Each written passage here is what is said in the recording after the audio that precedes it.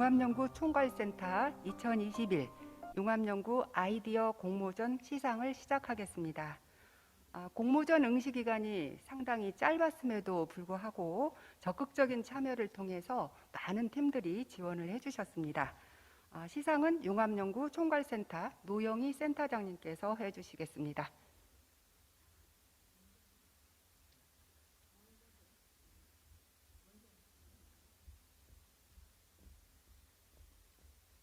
대상은 2021년 융합연구 아이디어 공모전 중에서 가장 독창적인 아이디어로 선정된 한 팀에게 수여하는 상입니다.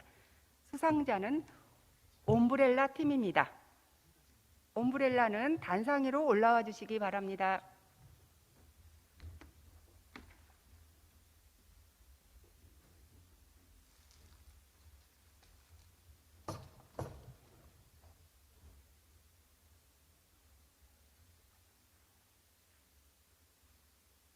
대상 옴브렐라 안규리. 기한은 융합연구 총괄센터에서 주최하는 2021 융합연구 아이디어 공모전에서 탁월한 아이디어를 기반으로 우수한 성적을 거두었길래 이 상장과 상금을 수여합니다. 2021년 11월 19일 한국연구재단 융합연구 총괄센터장 노영희. 상금은 100만 원을 시상하겠습니다. 축하드립니다.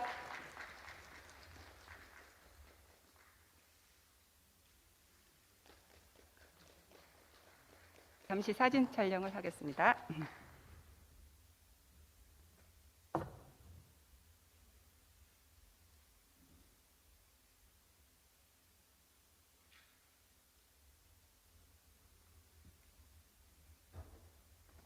네, 다음은 최우수상 시상을 하겠습니다. 최우수상 수상자는 시청우 팀입니다. 시청우 팀 단상위로 올라와 주시기 바랍니다.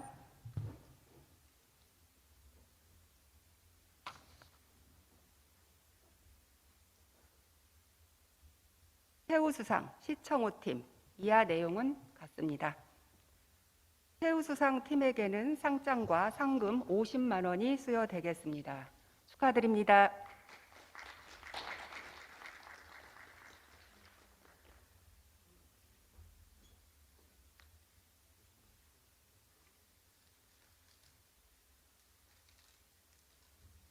네, 감사합니다. 네, 다음은 우수상 시상을 하겠습니다. 우수상은 세 팀에게 수여를 하고 수상자는 KY 웰레이징, 블루퍼플, 투스디입니다. 세 팀은 단상위로 올라와 주시기 바랍니다.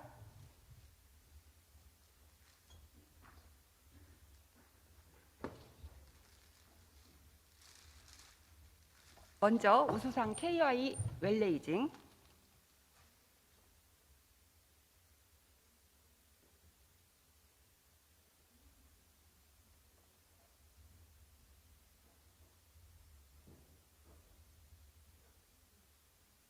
우수상 블루퍼플, 이하 내용은 같습니다.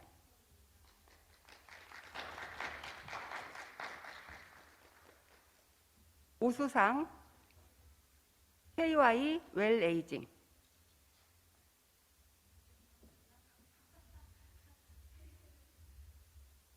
네, 상장과 우수상은 상금 10만 원입니다. 축하드립니다.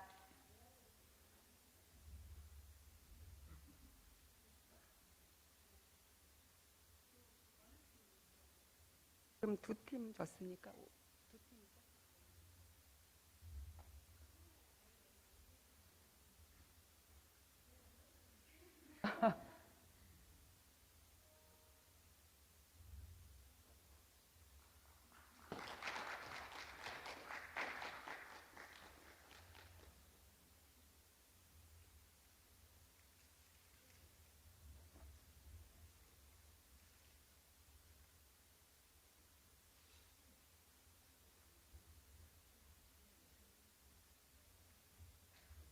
그다음에 블루퍼플이죠?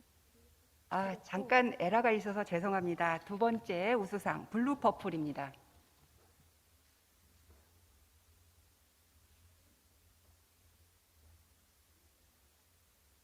우수상 블루퍼플 상장과 상금 10만 원입니다. 네, 축하드립니다.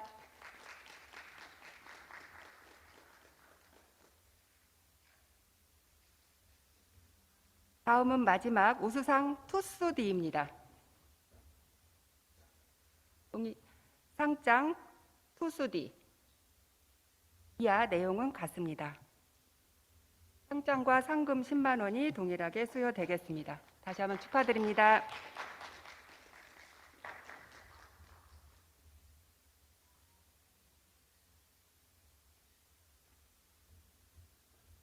네, 오늘 수상하신 모든 분들께 다시 한번 축하드립니다. 그리고 공모전에 참여해 주신 훌륭한 아이디어 제출해 주신 모든 참가자분들에게도 감사의 말씀을 드립니다.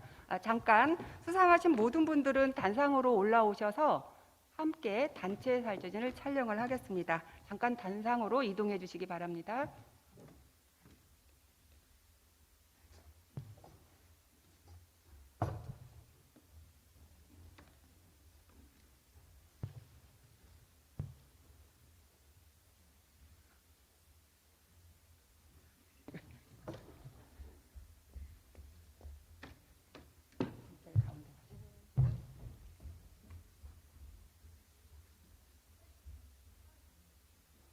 자, 하나, 둘, 셋.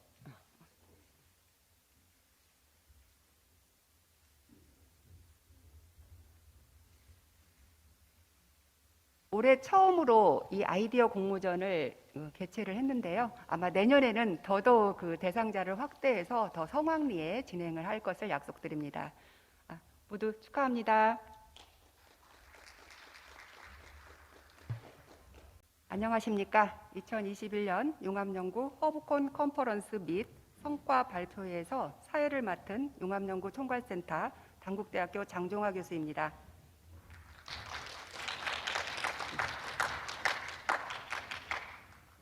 이렇게 바쁘신 와중에도 저희 융합연구 총괄센터의 2021 허브콘 컨퍼런스 성과 발표회에 참석하여 이렇게 자리를 빛내주셔서 진심으로 감사드립니다.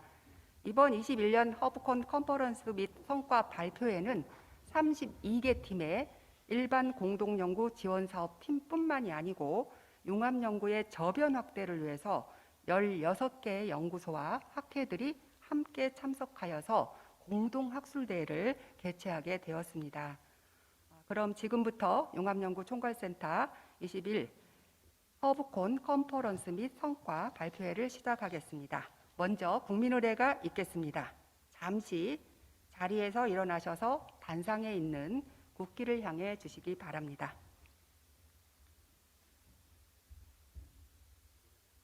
국기에 대한 경례. 바로 이하 의식은 생략하도록 하겠습니다. 자리에 착석해 주시기 바랍니다. 다음으로 융합연구 총괄센터 노영희 센터장님 나오셔서 개사가 있으시겠습니다. 센터장님을 모시겠습니다.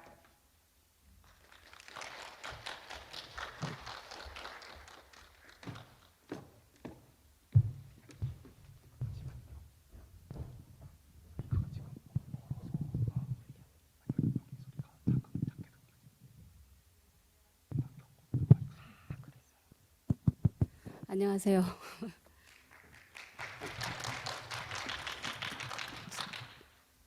그 행사 시작하기 전에 저희가 그 이번에 아이디어 공모전을 사실 올해 처음 하거든요. 그래서 사실은 그 좀 고민을 했었습니다. 이 융합연구 상 주는 거를 어느 타임에 넣을까 하다가 중간에 넣었다가 다시 이제 처음으로 빼다 보니까 약간 매끄럽지 못한 면이 있었던 것은 양해 좀 부탁드리겠습니다. 이렇게 저희가 처음 큰 행사를 진행을 올해 처음 시작하거든요. 그래서 올해 저희가 좀 연습한다 생각해 주시고, 물론 이제 자리는 굉장히 거창하고 저희가 한 두세 달 정도 준비를 했었는데 다음에는 좀 더 연습을 해서 잘해서 내년 4월에는 아마 5일 정도 크게 좀 기획을 하고 있습니다. 좀 더 매끄럽고 좀 더 발전된 모습을 보이도록 하겠습니다. 개사를 시작하도록 하겠습니다. 존경하는 융합연구 관계자 여러분 안녕하십니까? 바쁘신 와중에도 저희 2021 융합연구 허브컨 컨퍼런스 및 성과 발표회 그리고 공동학술대회에 참석해 주신 모든 분들께 감사드립니다. 먼저 문화융복합단 김미애 단장님, 발표를 맡아주신 박종태 교수님, 자장이신 박병식 교수님, 그리고 토론자로 참석해 주시는 최영칠 교수님, 주효진 교수님, 김창한 교수님, 오대권 책임연구원님, 이정희 대표님, 주기환 수석연구원님, 그리고 높은 경쟁률을 뚫고 한국연구재단의 융합연구를 수행하고 계시는 융합연구자분들께 깊은 감사를 드립니다. 사실 제가 높은 경쟁률을 뚫고라고 말씀을 드렸는데 그 다른 분야와 달리 3대1, 4대1이 아니라 융합연구는 거의 20대 1를 뚫고 이 융합연구를 수행하게 되거든요. 그래서 굉장히 축하드리는 바입니다. 또 이 자리에는 국내 각종 융합연구 관련 연구소 및 학회 관계자 여러분들도 함께 하고 계십니다. 이 자리가 더욱더 풍부해질 수 있도록 같이 해주신 데 대해서 진심으로 깊은 감사를 드립니다.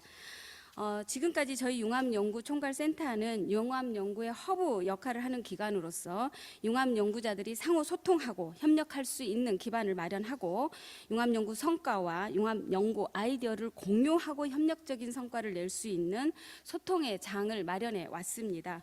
하지만 지난 2년간 코로나19로 인해 연구자들 분들의 네트워크 형성과 소통에 상당한 제약을 겪어왔습니다.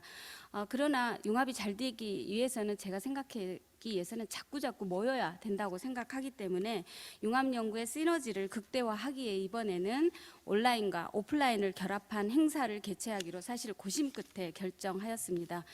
여기 경주 하백 컨벤션 센터에서 진행되는 오프라인 행사에 대해서 저희는 코로나19 방역 대책에 대해서 만전을 기함으로써 여러분의 안전을 도모하겠습니다. 코로나19 바이러스의 창궐로 소통의 제약을 겪은 지 어느덧 2년이라는 시간이 흘렀습니다. 코로나19가 어느 특정 지역의 문제가 아니라 전 세계적인 유행이며 아직까지 소멸되지 않은 상황에서 결국 위드 코로나, 즉 단계적 일상 회복이라는 정부의 방침이 나왔습니다. 따라서 앞으로 짧게는 몇 개월, 길게는 몇 년간 우리는 코로나19와 함께 해야 할 수도 있고 또 코로나19의 변화된 상황을 맞이하게 될 것입니다. 이런 상황 속에서 우리 융합연구의 성과들이 어려운 환경을 극복해 나갈 수 있는 지혜로운 사회 발전 방향을 제시하는 역할을 할 수 있기를 기대합니다. 그래서 이번에 2021 허브컨 컨퍼런스의 성과 발표의 주제를 포스트 코로나 시대의 융합연구의 방향으로 정했습니다. 이번 성과 발표에는 인문사회 기반 융합연구를 진행하는 모두에게 포스트 코로나 시대의 새로운 융합연구 아이디어의 온천이 될 수 있을 것이라 기대합니다. 이번 성과 발표에는 총 32개 팀이 참여하고 있습니다. 사실 연구재단 융합연구를 수행하고 있는 연구팀은 54개 팀인데 32개 팀이 이번에 참여를 하고 있기 때문에 굉장히 높은 참여율을 보이고 있고 나머지 한 20개 팀도 새롭게 연구를 수행하는 팀이라서 내년에는 다 참여할 수 있을 것으로 보여집니다. 이 성과 발표회를 통해서 서로의 성과를 고려하고 노하우를 서로 발굴하시기를 희망합니다. 특히 이번에는 융합연구의 확산을 목적으로 16개 융합 관련 연구소와 학회가 학술대회를 공동으로 개최하고 있습니다. 대주제는 제가 정말 많은 고민을 한 끝에 요새 유행하는 키워드인 상생하는 융합 생태계로 잡아보았습니다. 이 학술대회는 융합연구 총괄센터를 포함해서 국제개발연구소, 국제연구협력정보센터, 디자인 미래융합연구소, 문화프레임 빅데이터 연구소, 미래 창의융합연구소, 산학협력정책학회, 웰다잉 융합연구소, 융합연구학회, 의료법 윤리학연구원, 장애인건강연구소, 지식컨텐츠연구소 및 학회, 한국비교정보학회 등이 참여하고 있습니다. 여기에 참여하는 발표자와 토론자만 해도 약 120명이 이릅니다. 아마 융합연구와 관련해서는 국내에서는 가장 큰 컨퍼런스가 될 것으로 보여집니다. 사실 지금 여기에는 한 50여 분이 계시지만 오후에는 그 발표팀이 다 오게 되면 한 100여 분, 내일 오전에는 또 50여 팀이 오게 되기 때문에 흩어져 있지만 굉장히 많은 인원이 참여하고 있다는 것을 아시면 좋을 것 같습니다. 워낙 대규모여서 그 확산 효과나 홍보 효과도 매우 클 것으로 생각이 됩니다.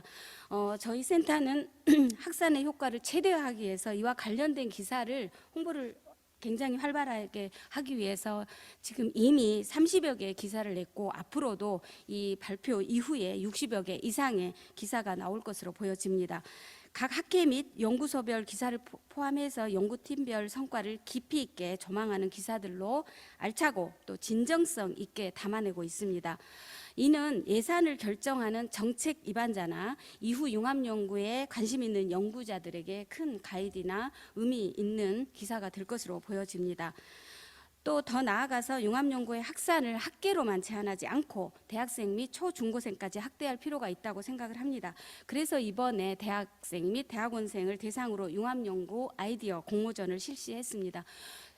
처음 실시했음에도 불구하고 총 15개의 팀이 아이디어 공모전에 참여를 했고 서류평가 또 발표평가 등 공정한 심사를 거쳐서 이 자리에는 최종적으로 아까 보셨던 대상, 최우수상, 우수상 그리고 장려상 팀도 있는데 장려상 팀은 상금이 없는 관계로 이 자리에는 없지만 어쨌든 수상하는 학생들이 참여해 계시고요. 진심으로 다시 한번 축하드립니다.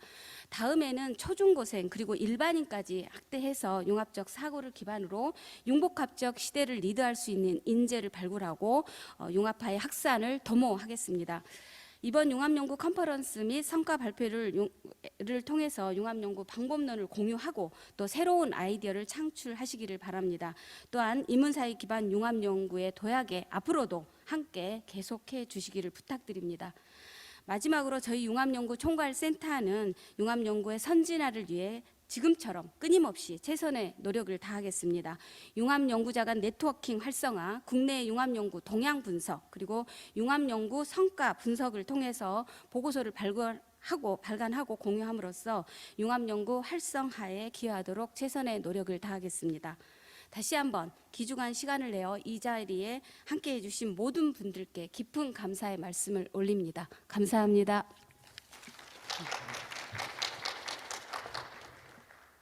네, 센터장님 개사 감사합니다. 우리 여기 경주가 우리 정말 옛 조상들의 발자취를 느낄 수 있는 곳인데 저는 거의 반세기 만에 처음으로 온 것 같습니다. 여기 참석하신 분들도 아마 그러신 분들이 많을 것 같은데 이렇게 아름답고 멋진 곳인데도 불구하고 거주지에서 상당히 먼 관계로 좀 이렇게 참석 시간이 다소 늦어지고는 있습니다. 그럼에도 불구하고 우리 한국연구재단 문화융복합단 김미애 단장님께서 축사를 위해서 어젯밤부터 와 계십니다. 김미애 단장님을 모시겠습니다.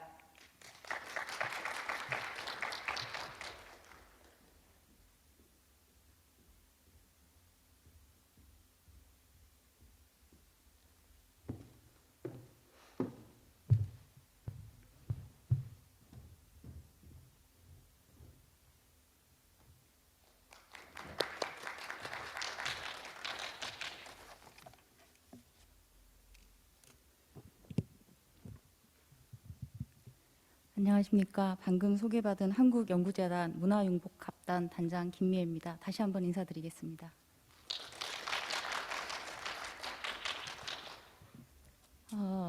노영 교수님 체구가 굉장히 작으신 것 같은데 어디서 이런 에너지가 폭발적으로 나오시는지 정말로 경애스럽습니다. 고생 많이 하신 것 같은데요. 정말로 오늘 이 행사가 오늘 내일 성황리에 잘 끝날 수 있었으면 좋겠습니다. 특히나 식전에 우리 융합연구 아이디어 공모전에서 수상을 했었던 대학생 여러분 진심으로 수상을 축하드립니다. 여러분들의 연구가 새로운 융합연구의 씨앗이 되어서 아마 곧 꽃과 열매를 맺지 않을까 하는 기대가 큽니다. 10년 후에 여러분들을 상상해 보기도 했습니다.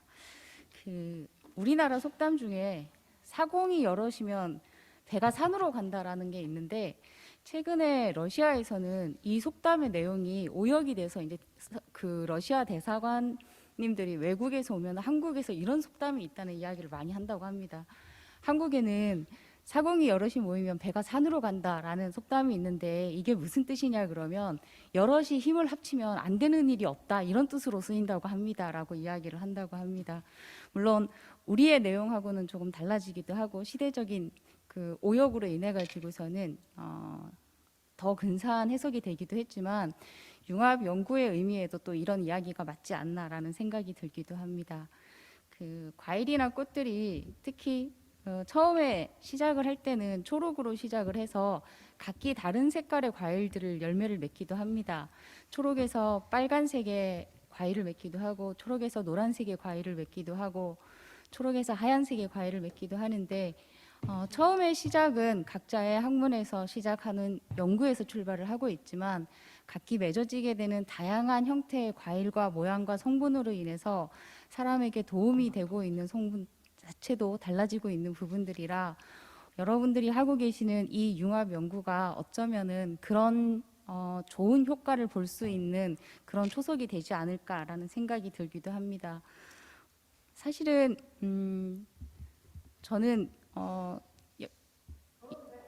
네, 연구재단에서 오기는 했지만 여러분들의 연구를 들으면서 기라성 같은 전문가분들이 이 자리에 함께한다는 소식을 듣고 개인적으로는 굉장히 영광스럽게 이 자리에 참석을 했습니다. 특히나 어제 이야기 들었을 때 우리 한서대학교의 김현성 산학부총장님도 오셨는데 이번에 그 CES에서 11개 부분이나 또 새로운 상을 수상한다고 해서 진심으로 축하드립니다. 같이 오셨던 두 분 교수님께서도 아마 이 부분에 대해서는 굉장히 자랑스럽지 않을까라는 생각이 들기도 합니다. 융합 연구가 어찌 보게 되면 생명의 잉태에서부터 시작해서 죽음까지, 그 다음에 신체적인 치료에서부터 시작해서 마음의 병을 치유하기까지, 그 다음에 고전에서 가지고 있는 답을 미래의 기술에서 해결할 수 있는 사회적 문제 해결의 키를 가지고 있는 모습으로 융합 연구의 진정성이 지속적으로 확산을 하고 그 다음에 진화하기를 개인적으로는 기대합니다. 여러분들의 그 많은 연구와 내용들이 어쩌면 오늘 이 자리에서부터 훨씬 더 많은 그 확산의 기회가 되지 않을까라는 생각이 들기도 합니다. 개인적인 말씀을 드렸고요. 사실은 책자에 있는 저희 환영사 내용을 아무래도 저희 과장님께서 굉장히 공들여서 써주셨기 때문에 꼭 읽어야 될 것 같아서 마지막 센턴스만 읽고 환영사를 가름하도록 하겠습니다. 이번 허브콘 컨퍼런스 및 성과 발표 주제인 포스트 코로나 시대의 융합 연구 방향을 통해 연구 주제별 토론을 진행함에 있어 융합 연구에 필요한 연구 방법을 비롯한 아이디어 등을 공유하고 협업을 할 수 있는 토론의 장이 마련되기를 기원합니다.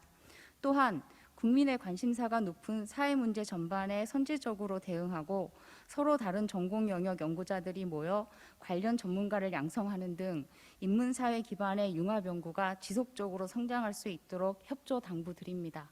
감사합니다.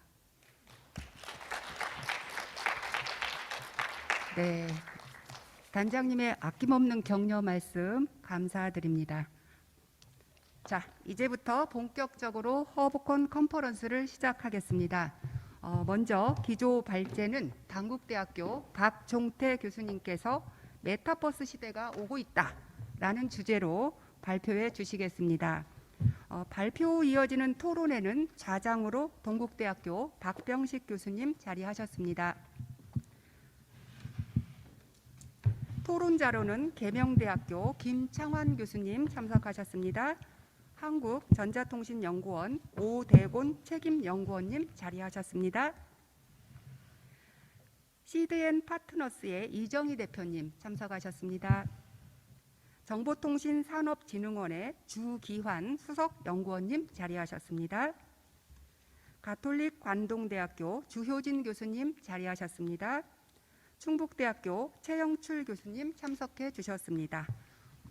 발표 후에는 마이크를 자리를 정돈 후에 좌장이신 박병식 교수님께 넘기겠습니다. 그럼 박종태 교수님 멋진 발표 부탁드립니다.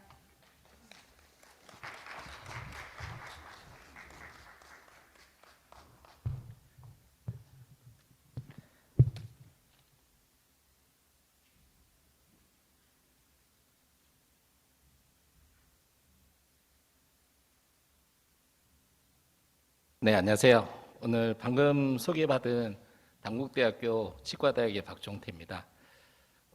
이렇게 귀중한 시간에 저를 제일 앞에 이렇게 연자를 주셔가지고 너무 감사드리고요. 네, 과연 제가 그럴 만한 능력이 되는지를 잘 모르겠는데 좀 오늘은 재미있게 제가 하고 있는 연구랑 그리고 새로운 흐름에 같이 한번 이야기를 같이 나누고자 합니다. 제가 오늘 주제로 잡은 것은 메타버스 is coming. 그래서 메타버스 시대가 오고 있다라는 주제로 잡아봤습니다. 사실은 며칠 동안 고민을 했어요. 과연 저를 어떻게 소개할까라는 그런 생각을 했는데 마지막 제가 결론을 내린 것은 뭐였냐면 가상과 지금 현실을 좀 이어주고 있는 그런 과학자, 즉 여러분들 많이 들어봤을 건데 아이리스, 즉 무지개 신이라고 해서 이 하늘과 인간을 이어주는 그걸 아이리스 그 신이라고 하는데 그런 아이리스 같은 사람이 되고 싶은 사람입니다. 그래서 오늘 메타버스의 전반적인 부분과 그리고 제가 지금 연구하고 있는 부분을 같이 이야기를 하도록 하겠습니다.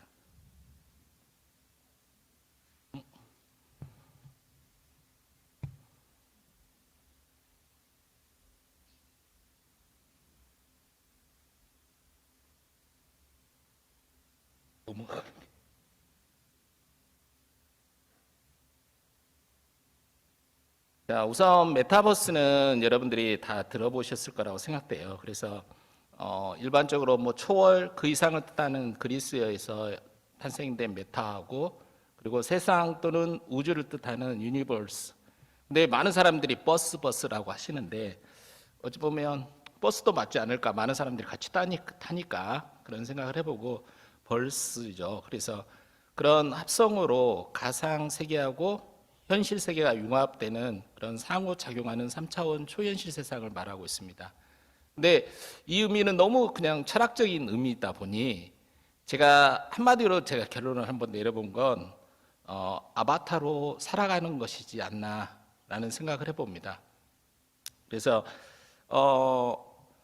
이 요즘에 왜 메타버스 이런 게 말이 많이 나올까라는 생각을 해봤을 때 지금 어느 그 인류학자분이 말씀을 하셨는데 사람들은 대부분들이 많은 사람들하고 같이 있을 때 그때 존재감들을 드러낸다고 합니다. 그리고 자기가 겉으로는 내지 못하지만 많은 사람들이 있는 곳에서 자기 자신의 어떠한 특별한 것 그런 것들이 부각이 됐을 때 좀 더 자기 자신에 대한 자아를 더 느끼게 한다고 하거든요. 그런 의미에서 아마 메타버스가 지금 떠오르고 있지 않나라는 생각들을 해봅니다.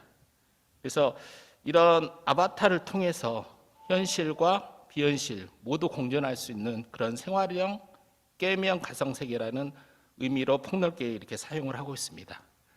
근데 그 강원대학교에 유명한 이 메타버스 강의하시는 교수님이 계세요. 근데 이분이 여러 업체들을 찾아다니면서 CEO들하고 대화를 하는 통에 혹시 아바타를 한번 만들어 보셨냐? 아바타를 한번 만들어 보셔라. 새로운 세상이 열릴 거다라는 이야기를 했대요. 근데 많은 분들이 여기 계시는 분들이 저하고 거의 비슷하니까 근데 뭔 아바타야? 나는 그런 거 필요 없어. 다들 그랬답니다. 근데 그러면 혹시 카카오톡에 한번 풋사를 한번 보자라고 했더니 가장 많이 떠오른 풋사가 뭐였냐면 뭘 것 같아요? 해바라기였답니다. 아니 코스모스였답니다. 그래서 왜 코스모스였을까라는 제가 의문을 갖기 시작했어요. 그래서 그 어원을 따져보니까 뭐 순정, 뭐 애정, 좋아 이런 의미를 가지고 있더라고요. 꽃말에. 그래서 혹시 옛날에 그럼 자기 자신의 어떠한 자아들을 다시 발견하려고 그렇게 하지 않나. 그래서 이런 아바타라는 개념 자체가 이 코스모스는 숨겨진 자기의 모습, 자아, 그리고 어떠한 사회적인 모습에서는 자기 자신이 좀 초라한데 밖으로 내비쳐질 때는 뭔가의 자기 자아를 새로 만들어내려고 하기 때문에 이런 코스모스가 가장 많이 사용되고 있지 않았나 이렇게 생각됩니다. 그래서 결과적으로는 이 아바타로 모든 것을 다 할 수 있다라는 게 된다고 생각됩니다. 그리고 지금 여러 가지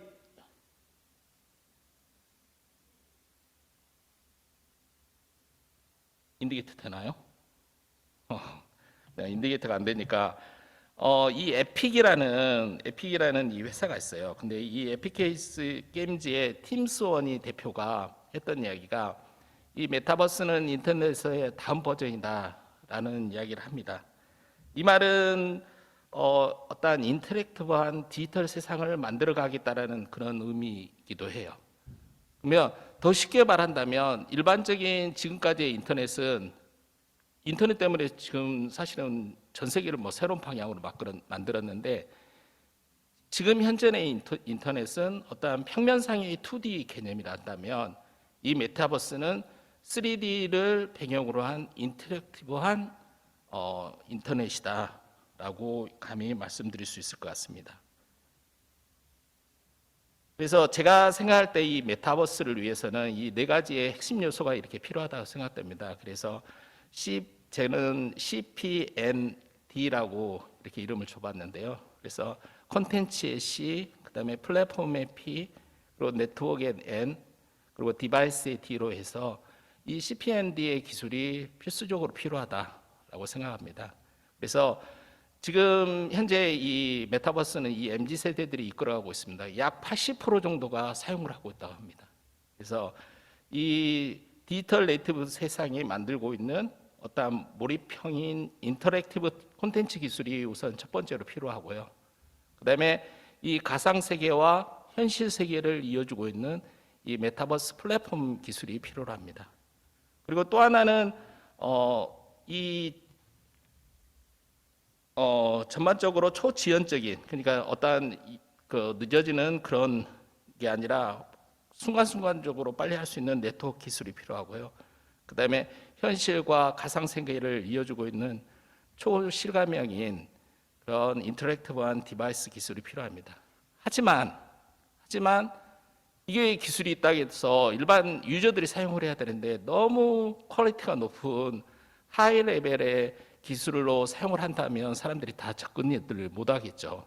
그래서 제 생각에는 미들 테크놀로지가로 사용할 수 있는 가상 증강현실 융합 플랫폼이 구축이 필수적이라고 생각을 합니다. 그래서 지금 제가 예로 이제 저희들이 영상 제작하면서 보여드릴 건데 제가 지금 여러 연구소하고 같이 연구들을 하고 있는데 저희 연구실에서 KT라고 해서 전자기술연구원과 지금 같이 메타버스 이 부분을 준비를 하고 있습니다. 근데 일반적으로 우리가 생각하는 메타버스는 사람들 아바타를 안으로 들어가서 자기가 하고 싶은 행동, 근데 그건 좀 절제되어 있습니다. 그래서 여러 가지 뭐 동작들을 사가지고 뭐 이동한다든지 뭐 웃는다든지 인사한다든지 여러 가지들을 할 수 있는데 그건 한계가 있는 거죠. 그래서 저희들은 좀 가상현실 속에서 이동을 하면서 내가 직접 하는 행동들이 그대로 아바타 속에 다 들어갈 수 있는 그런 플랫폼을 지금 만들고 있습니다. 그래서 그 만들어진 부분을 조금 보여드리도록 하겠습니다.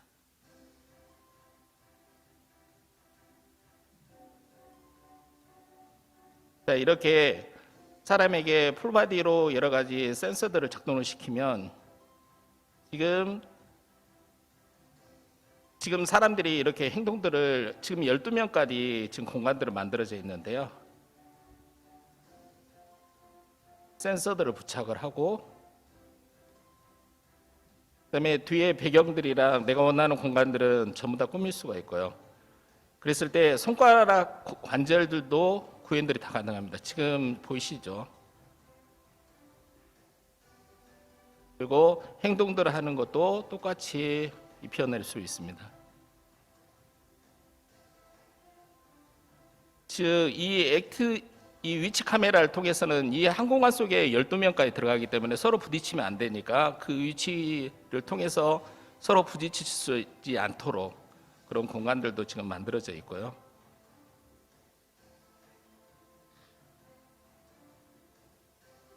지금 사람들은 그냥 화상에 있지만은 밖으로 송출되는 것은 어떤 하늘에서 별을 따다가 누군가를 위해서 하늘에다가 별을 붙여주는 이런 모션들.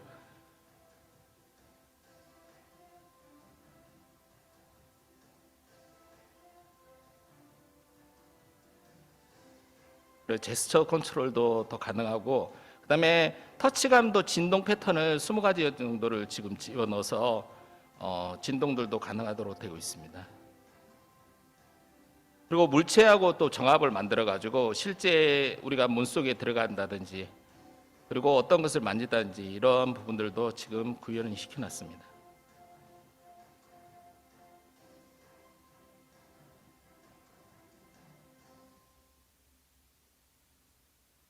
그래서 그걸 사용을 해서 이 새로운 어떤 영화 속에 있는 부분들을 조금 도입을 시켜봤는데요.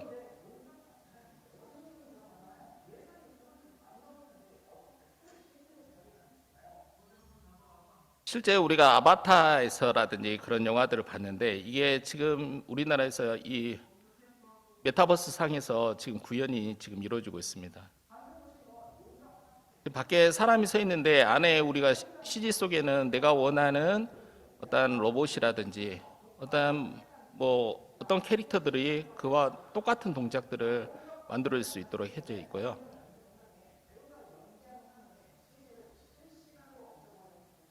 그래서 CG 자체가 실시간 속에서 이와 같이 이루어지고 있는 모습들입니다.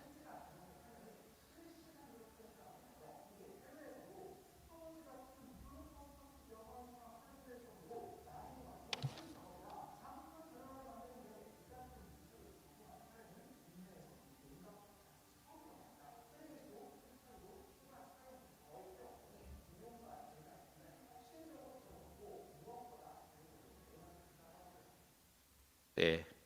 그러면 그걸 이와 같이 만든 걸 가지고 실제 만들어진 작품을 보게 되면 영상이 안 나오는 공개로 그냥 넘어가도록 하겠습니다. 그래서 일반적으로 그러면 메타버스를 좀 사례를 좀 설명해 드려야 될 것 같아요. 그래서 일반적으로 지금 가장 많이 이 메타버스 대표되는 서비스가 두 개를 꼽는다면 이 로블록스하고 이 제페토를 꼽을 수가 있습니다. 네, 이 로블록스는 이 온라인 게임 플랫폼을 이용하고 있고요. 그다음에 게임 제작 시스템을 갖추고 있어요. 그래서 얘네들은 아바타 아이템들을 주고, 그다음에 이용자가 직접 어떠한 것들을 만들어서 유통할 수 있도록 유통 체계들을 처음으로 만들었습니다. 그래서 이 로벅스라는 가상화폐를 사용을 해서 물건을 사고 팔고 이와 같은 것들을 할 수 있는 하나의 경제 순환을 구현을 시켜놨어요.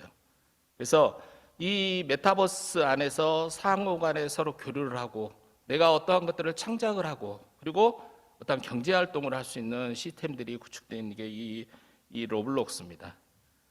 그러면 우리나라의 대표적인 게 이 제페토인데요. 이 제페토는 한 발짝 더 나아갔습니다. 그래서 이 얼굴 인식과 AR 기술을 사용을 했어요. 그래서 자기의 얼굴 인식을 시켜서 자기하고, 근데 어떤 사람들은 자기 얼굴을 안 넣으려고 하기도 하겠죠. 근데 하지만 자기 얼굴 좀 예쁘게 만들어서 그런 아바타들을 또 꾸며놓고 가상 공간을 제공을 합니다. 그래서 크리에이터가 직접 생산한 콘텐츠를 앱 안에서 판매들이 이루어지죠. 근데 과연 그게 되니? 라는 질문들을 하는데, 사실은 구찌가 이 안에 들어오면서 어마어마하게 돈을 더 많이 팔리게 됩니다. 그 이유가 뭐였을까요? 사람들이 현실 속에서는 어떤 명품을 사기가 꺼려졌었는데, 이 가상세계 내에서는 몇백 원, 몇천 원이면 사거든요. 근데 자기 아바타에다 입혀보니까 너무 예쁜 거예요. 사람들이 너무 칭찬을 해줘. 그러니까 온라인에서 샀던 것을 다시 오프라인으로 들어가서 다시 그걸 구입을 하는, 이와 같이 두 가지의 효과를 낼 수 있는 어떤 새로운 방향이 탄생이 된 것 같고요. 그다음에 지금 이용자 수는 제페토만 해서 약 2억 명 정도 되고, 지금 해외에서 90%고 10대들은 약 80%. 여기 계시는 분들은 얼마나 들어가 보셨는지는 모르지만 10대들은 90%가 지금 사용을 하고 있습니다. 그래서 2020년 9월에 이 블랙핑크가 가상 사인회를 했는데, 이때 모인 사람이 무려 5천만 명이었답니다. 그래서 블랙핑크의 아바타하고 사진을 찍고 그 모습들을 연출들을 했대요. 야, 참 대단한 일들이 벌어진 거죠. 근데 제가 조금 이제 말씀드리고 싶은 분이 하나 있는데 여기 계시는 교수님들하고 저도 이거 되게 이제 이것 때문에 이제 고민들을 많이 했었는데 이 렌즈라는 크리에이터가 있어요. 근데 이 친구는 20대 지금 사회에 막 대학을 졸업한 초년병입니다.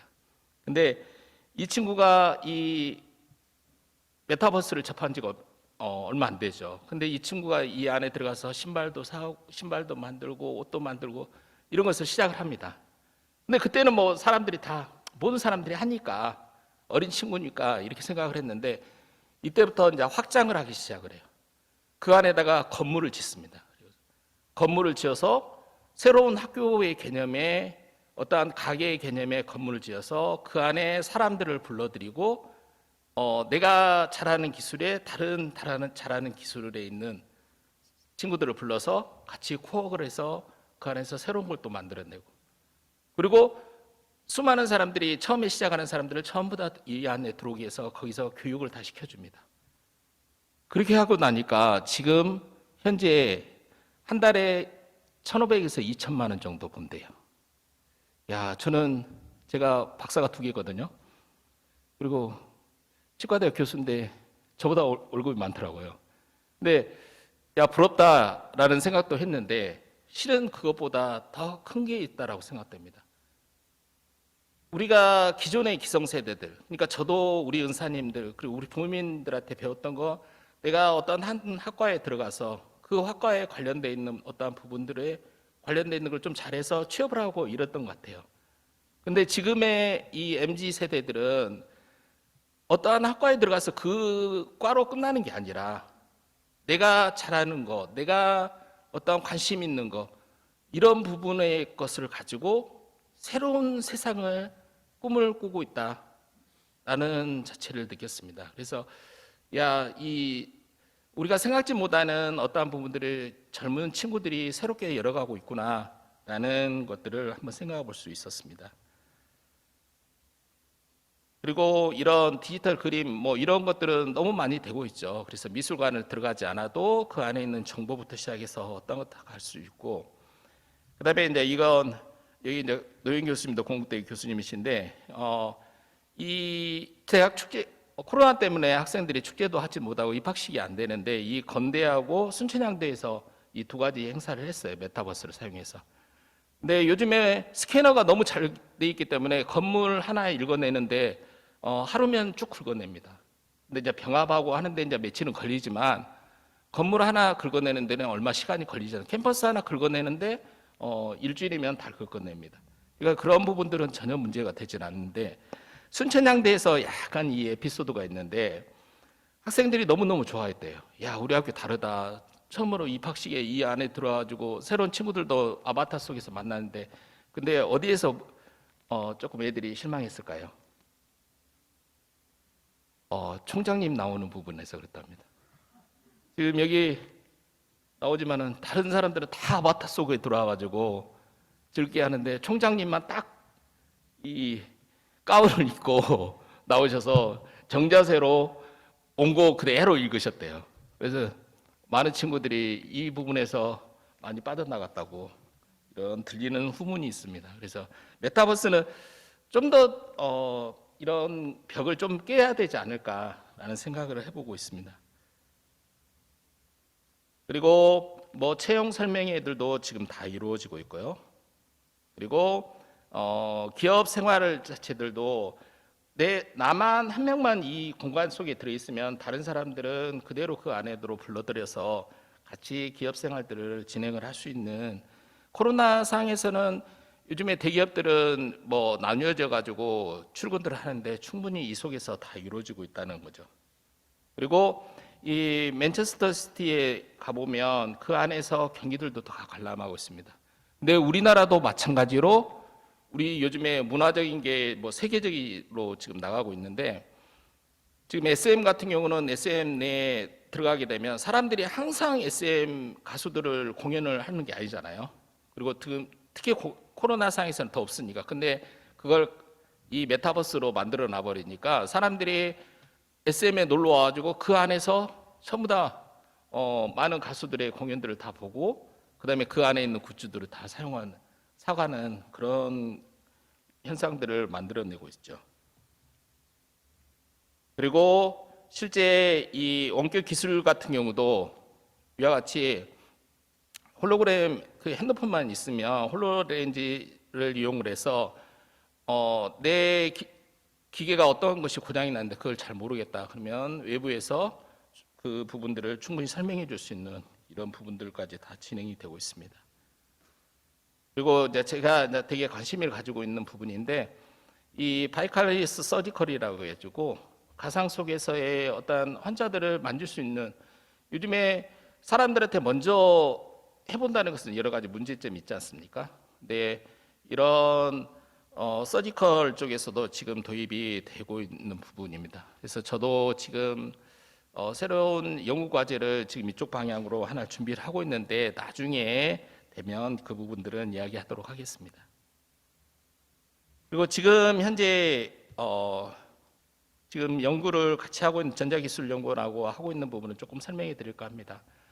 지금 제가 하고 있는 전자기술원하고 어떤 것을 하고 있냐면 정신건강증진을 위한 생체신호 기반의 VR, AR 플랫폼을 만들고 있습니다. 이거 다 나중에 메타버스 속으로 다 들어올 건데요.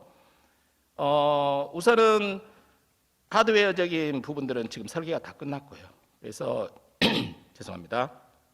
VR, 그다음에 AR, 그다음에 XR에서 생체 리듬들을 실시간으로 계속 할 수 있는 하드웨어적인 것들이 끝났고, 그리고 생체 이 바이오 피드백을 할 수 있는 통합 시스템도 지금 만들어져 있습니다.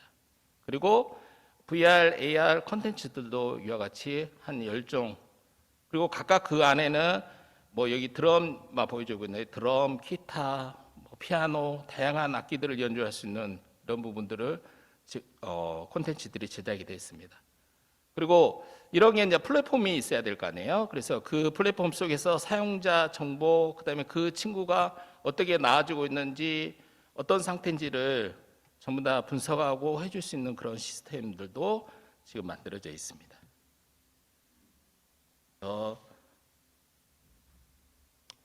개요하고 내용은 위와 같습니다. 한번 저희가 만들어 놓은 영상을 한번 보도록 하겠습니다.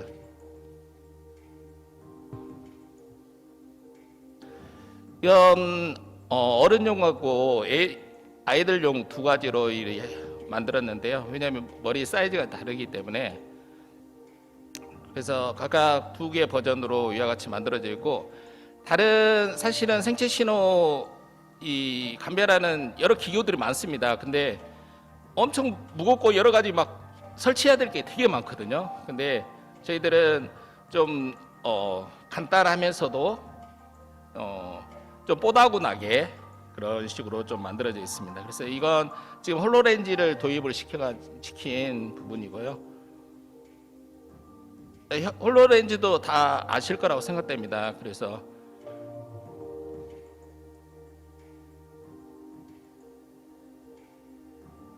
그다음에 이제 생체 신호들을 인식할 수 있는 하드웨어 부분들이 설계되어 있고,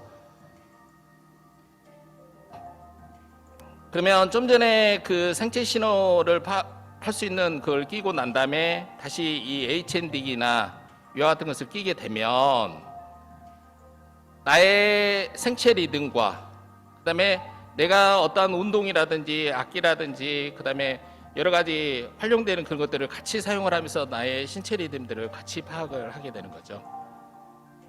그래서 이렇게 우리 옛날에 어렸을 때 그 게임에 막 두들리는 그런 게임들을 했었었는데, 그 부분들이 이렇게 딱 나오면 그 부분을 때리게 되면 우리가 실제 악기를 연주하는 것처럼 보이게 됩니다.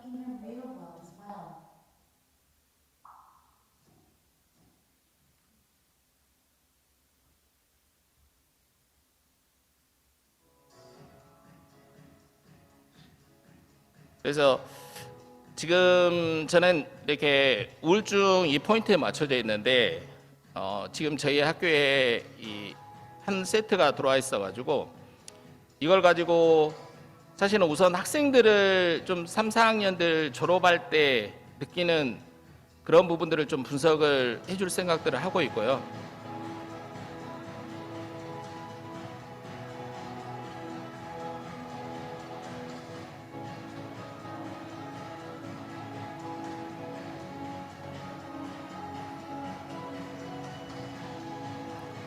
그리고 이 상담 결과는 이 온라인, 오프라인 둘 다 가능합니다. 그래서 본인이 자기 온라인 속에서 떠 있는 내용들을 확인할 수도 있고, 그다음에 실제 전문가를 찾아가서 이 부분에 대해서도 상의를 할 수 있는 그 두 부분들을 같이 되어 있습니다.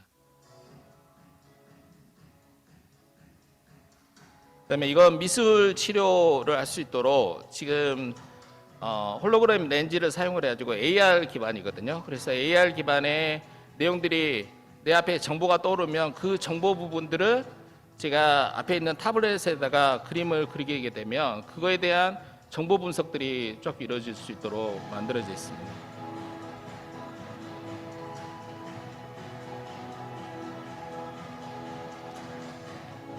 그래서 그 안에 쓰게 되면 실시간으로 검사했던 내용들이 전문가한테 전송이 되고, 그거에 대한 그 소견서들이 본인들이 이와 같이 받아봐서 그 부분들을 확인할 수가 있도록 되어 있고요.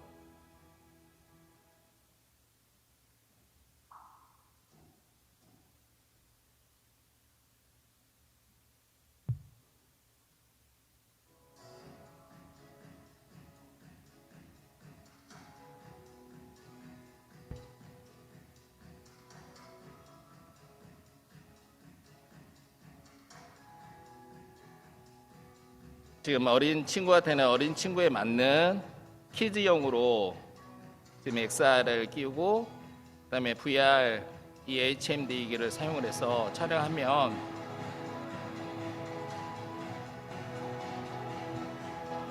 그래서 초기에 지금 모든 시스템의 개념은 초기에 어떤 자기 상태들을 분석을 시키고 난 다음에 그 이후에 이 친구에게 맞는 어떤 개선 프로그램들이 어떤 걸 거냐라는 것을 분석해야 되는데, 지금 전체적으로 다 분석을 해서 그 개개별로 맞는 그런 시스템은 아직은 아닙니다. 그래서 더 그러려면 콘텐츠가 더 많이 늘어나야 될 거고, 그리고 AI 분석을 통해서 이제 수많은 경험을 통해서 그 친구에게 가장 맞는 방법이 어떤 건지를 이제 만들어갈 생각인 겁니다.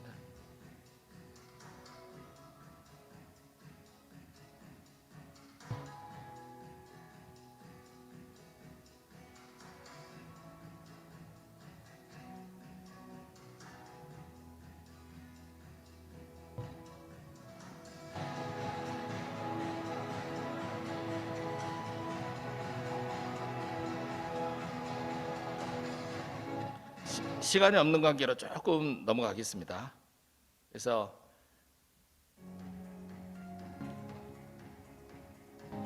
테마별로 여러 아마 각자 어떤 사람은 드럼을 배우고 싶은 사람도 있을 거고 기타를 배우고 싶은 사람도 있을 건데, 그런 걸 좀 게임 유사하게 만들어 가지고 같이 운동 겸 같이 할 수 있는 그런 것들로 돼 있고요. 그래서 몇 사람이 묶어지면 콘서트도 열 수가 있습니다.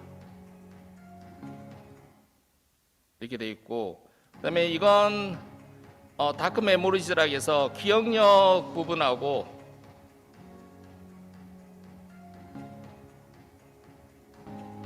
순간순간 이 귀신들이 나오는데 그런 부분들하고 싸워가면서 어떤 자기가 어떠한 것들을 봤을 때 순서적으로 어떤 것들을 먼저 봤느냐, 이런 것들을 체크할 수 있는 그런 프로그램들이 돼 있고요. 그리고 이건 뻥이요라는 것은 뭐냐면, 그러니까 예전에 내가 자주 갔던 장소, 그런 장소들을 미리 좀 세팅을 시켜가지고 그 장소들이 올바르게 이렇게 배치되어 있었던 것이 맞나, 이런 것들을 할 수 있도록 만들어 놓은 게 이 개념들이고, 그래서 이건 좀 나이 드신 분들을 위해서 좀 추억을 생각하면서 할 수 있는 방법들이 뭘까 해서 이건 만들어 놨고요.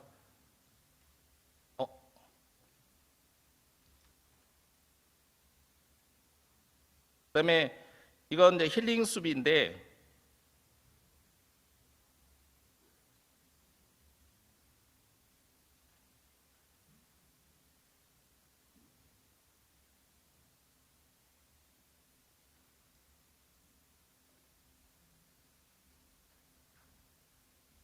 죄송합니다.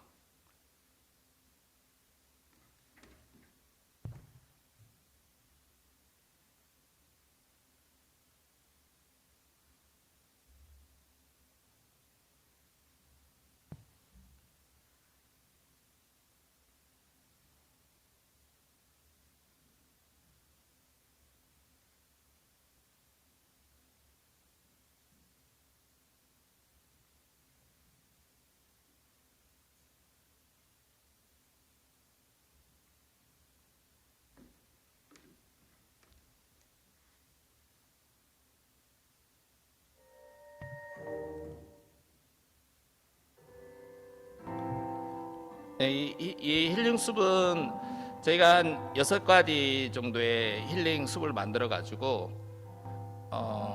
천천히 걸어가면서 본인의 리듬하고 자기의 리듬이 어떤 식으로 맞게 되는지, 그리고 어떠한 장소에서 가장 힐링이 되고 있는지, 그리고 이제 음악을 같이 겸해 들어 놨고요.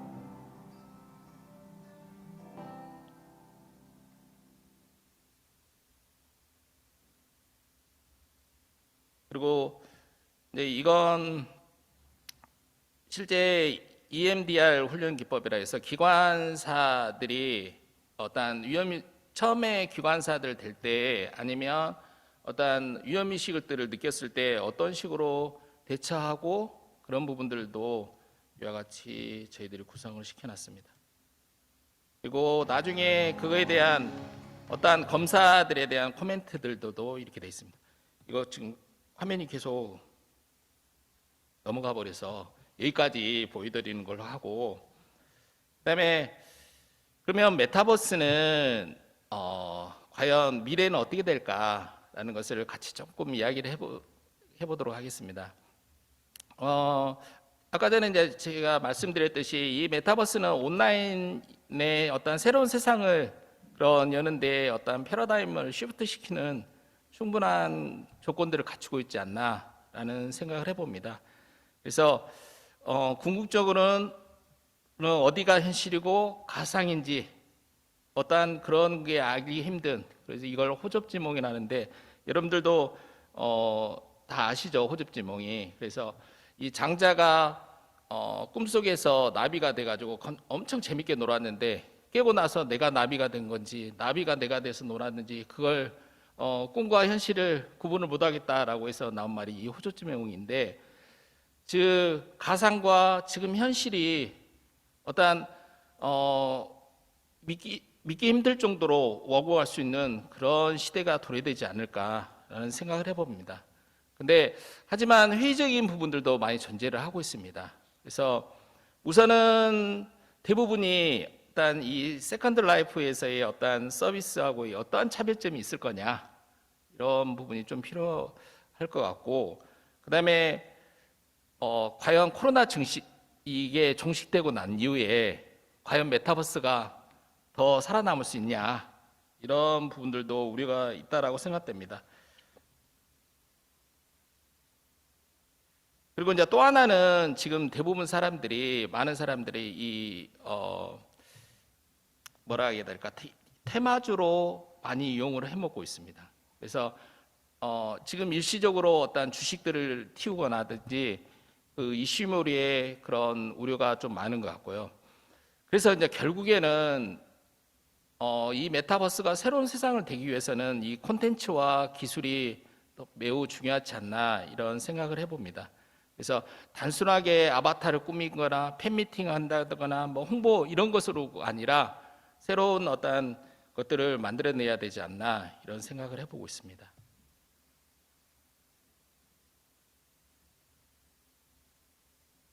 그래서 진정한 메타버스를 위해서는 좀 더 고도화된 VR의 세계가 구현되는 것이 좋을 것 같고요. 그래서 현재 수준에 어디까지 수익 모델을 창출할 수 있는지 어떤 향후의 추세를 지켜보는 것이 필요하다 생각됩니다. 근데 저는 이제 개인적으로 좀 긍정적인 것을 좀 봤습니다. 본 게 뭐냐면 그러니까 저희가 어렸을 때, 제가 학생일 때, 이럴 때 여러 은사님들이랑 기성세대들이 그렇게 생각을 했던 것 같아요. 얘네들은 항상 경쟁 구도에 살아왔기 때문에 서로 협력 잘하지 못해. 얘네들은 경쟁 속에서 묻혀 살아. 근데 솔직한 이야기로 저희 여기 같이 교수님들 계시는데 교수님들끼리 융합연구하기 정말 힘들죠. 나만 힘드나? 근데 진짜 뭐 빼를 정도로 많이 힘들거든요. 이게 기성세대의 생각이라 한다면 지금 젊은 친구들은, 지금 MZ세대들은 그렇지가 않습니다. 이 메타버스 속에서 서로 같이 공유하고 내가 배운 것을 전달해주고 그다음에 그걸 같이 취득할 수 있도록 하고 그걸 좀 더 넓히기 위해서 협력하고, 이런 부분들을 지금 젊은 세대들은 하고 있어요. 그래서 참 좋은 긍정적인 방향으로 지금 전환은 되고 있다. 근데 과연 우리 기성세대들이 지금 저처럼 이런 꼰대가, 저희 제자들도 와 있는데 저처럼 이런 꼰대가 과연 계속해서 그 중심에 서서 야 이래라 저래라 이렇게 하는 게 맞냐, 이런 것을 한번 고민해 봅니다. 그래서 많은 이 메타버스 쪽에 전문가들은 그렇게 생각을 하시더라고요. 좀 우리는 좀 슬프지만 이제는 좀 교수들이 한 발자국 옆으로 좀 물러나주고 이 유저, 즉 학생들이 한 가운데에서 여러 가지 것들을 같이 협력하고 서로 공존하고 그다음에 베풀려고 하고 이런 것들이 할 수 있는 공간들을 만들어주는 게 우리의 목이지 않냐라는 이야기를 하는 것 같습니다. 그래서 이런 부분에서 추후에 더 발전하지 않을까 이런 생각들을 해봅니다. 그래서 제가 오늘 주제를 마무리하면서 이 코로나 때문에 사실은 너무 많은 것들이 변했습니다. 사실은 항상 같이 만나서 뭔가를 이야기를 하고 뭐 그랬던 것이 지금 온라인상으로도 이 오늘 강의를 듣는 분들도 계실 건데 온라인이라든지 그다음에 가상적으로 이렇게 만나는 것들이 더욱 늘어났거든요. 근데 이게 쉽게는 끝나지 않을 거라고 생각돼요. 근데 과연 어떻게 변화될지는 모르겠지만 기존에 있는 어떠한 기기, 어떠한 그런 것처럼 조금 떴다가 이렇게 지금 묘처럼 과연 메타버스도 이렇게 사라질 거냐, 아니면 새로운 진정한 어떤 세계를 이렇게 만들어낼 거냐, 이건 좀 더 지켜보아야 된다고 생각됩니다. 하지만 저는 감히 이쪽 세계로 갔으면 좋겠습니다. 그리고 마지막으로 제가 제일 좋아하는 말인데요. 꿈꾸는 만큼 뭔가 보이는 것 같아요. 그래서 하얀 도화지 위에 제가 제 꿈을 하나씩 그려가면서 이게 얼마만큼 될지는 모르지만 그 속에서 조금씩 만들어지지 않을까 이렇게 생각을 해봅니다. 오늘 경청해 주셔서 감사합니다. 저는 그 동국대학교의 그 박병식 교수고요. 이 천년의 고도 경제에 오신 여러분을 환영하면서요. 동시에 오늘 이 자리에서 한국에 있어서의 어떤 새로운 먹거리, 또 새로운 활동 부대가 될 수 있는 세계적으로 이런 메타버스에 대한 발제가 있었고 이것에 대해서 토론하게 된 데 대해서 매우 좀 기쁘게 생각합니다. 오늘 이 자리를 마련해 주신 그 교육부, 그다음에 한국연구재단의 문화융곡합 김미애 단장님과 또한 융합연구총괄 센터의 노영희 센터장님 감사드리고요. 또한 이 융복합 연구에 참여하신 54개 융합 연구팀들 감사드립니다.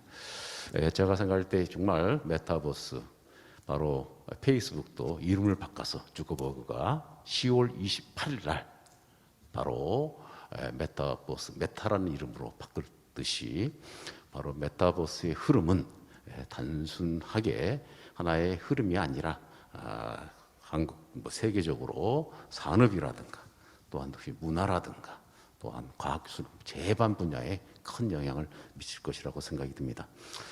오늘 정말 그 짧은 시간에 정말 한 3-4시간 발표할 내용을 짧게 한 30여 분간에 발표해 주신 우리 박정태 교수님 감사드립니다.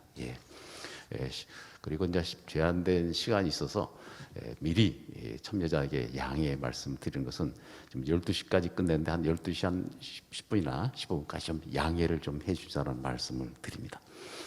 또한 이 발표 내용 메타버스에 대해서 좋은 정말 이 사계 전문가분들, 실무계 전문가분들이 다 참여하셨습니다. 이분들의 토론 내용들 정말 경청을 해야 되는데 시간이 너무 많지 않아 가지고 지금 남은 시간이 한 40여 분 되기 때문에 6분 해서 많은 시간을 드리고 싶은데 부득이하게 한 4분에서 5분 정도밖에 못 드린 점을 정말 진심으로 미안함을 드리면서 지금부터 발표 내용에 대한 토론에 들어가도록 하겠습니다. 토론 순서는 일단은 공지된 대로 순서대로 하는데 일단 이 토론자분들은 아까 시작할 때 이미 소개를 했기 때문에 일단은 바로 토론 내용으로 들어가도록 하겠습니다. 첫 번째 토론자로 계명대학교 글로벌 창업대학원의 김창환 교수님 토론을 갖다가 4분 해주시기 바랍니다. 네, 시작해 주시죠. 안녕하세요, 김창환입니다. 저는 메타버스 전문가는 아니지만 창업대학원의 교수로서 그리고 이제 이 계명대학교의 창업지원단의 또 단장도 맡고 있어서 이 창업 생태계에서 창업 기회의 발굴이라는 측면에서 아마 좀 접근을 하고 질문을 좀 드려야 될 것 같습니다. 이 우리 박종태 교수님의 그 강연 자료를 미리 이렇게 오늘 행사 전에 받고 또 토론 자료를 준비를 했는데 강의를 들으면서 제가 생각했던 그 어려 영역의 메타버스라는 한계를 가지고 말씀하신 게 아니고 메타버스 시장이 어떻게 변화될 건지, 어떤 기술이 적용이 될 건지, 그리고 그곳에 어떤 컨텐츠가 개발이 돼야 되는지에 대한 굉장히 폭넓은 메타버스 세상의 변화에 대해서 말씀을 해주셔서 제가 준비한 질문을 추정해서 좀 드려야 될 것 같습니다. 너무너무 감사드리고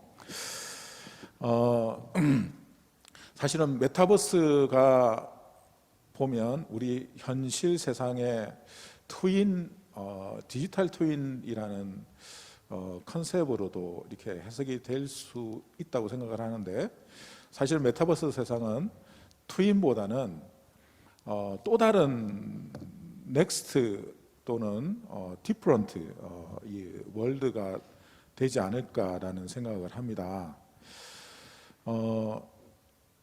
발표해 주신 내용에 다양한 그 예술 치료 분야, 정신 치료 분야의 콘텐츠를 이 필요하다는 말씀을 좀 보면서 소개 영상을 보면서 문득 드는 게 메타버스 세상도 비즈니스 생태계라는 관점에서 접근을 한다고 하면 수많은 창업자들과 직업의 세계가 메타버스 세상에서 나올 수 있으리라고 생각을 합니다. 예를 들면 아까 예술 치료하면서 숲속을 거니는 그 모습을 보여주셨는데 현실 세상에서의 이 아름다운 모습을 이 메타버스 세상으로 좀 옮겨내는 그런 그 사진 작가들도 필요하리라고 생각을 하고요. 또 상상의 세계 속에서 만들어내는 어떤 예술 치료적 이 환경을 그려내는 그런 작가들도 메타버스 세상에서 좀 필요하리라고 생각을 합니다.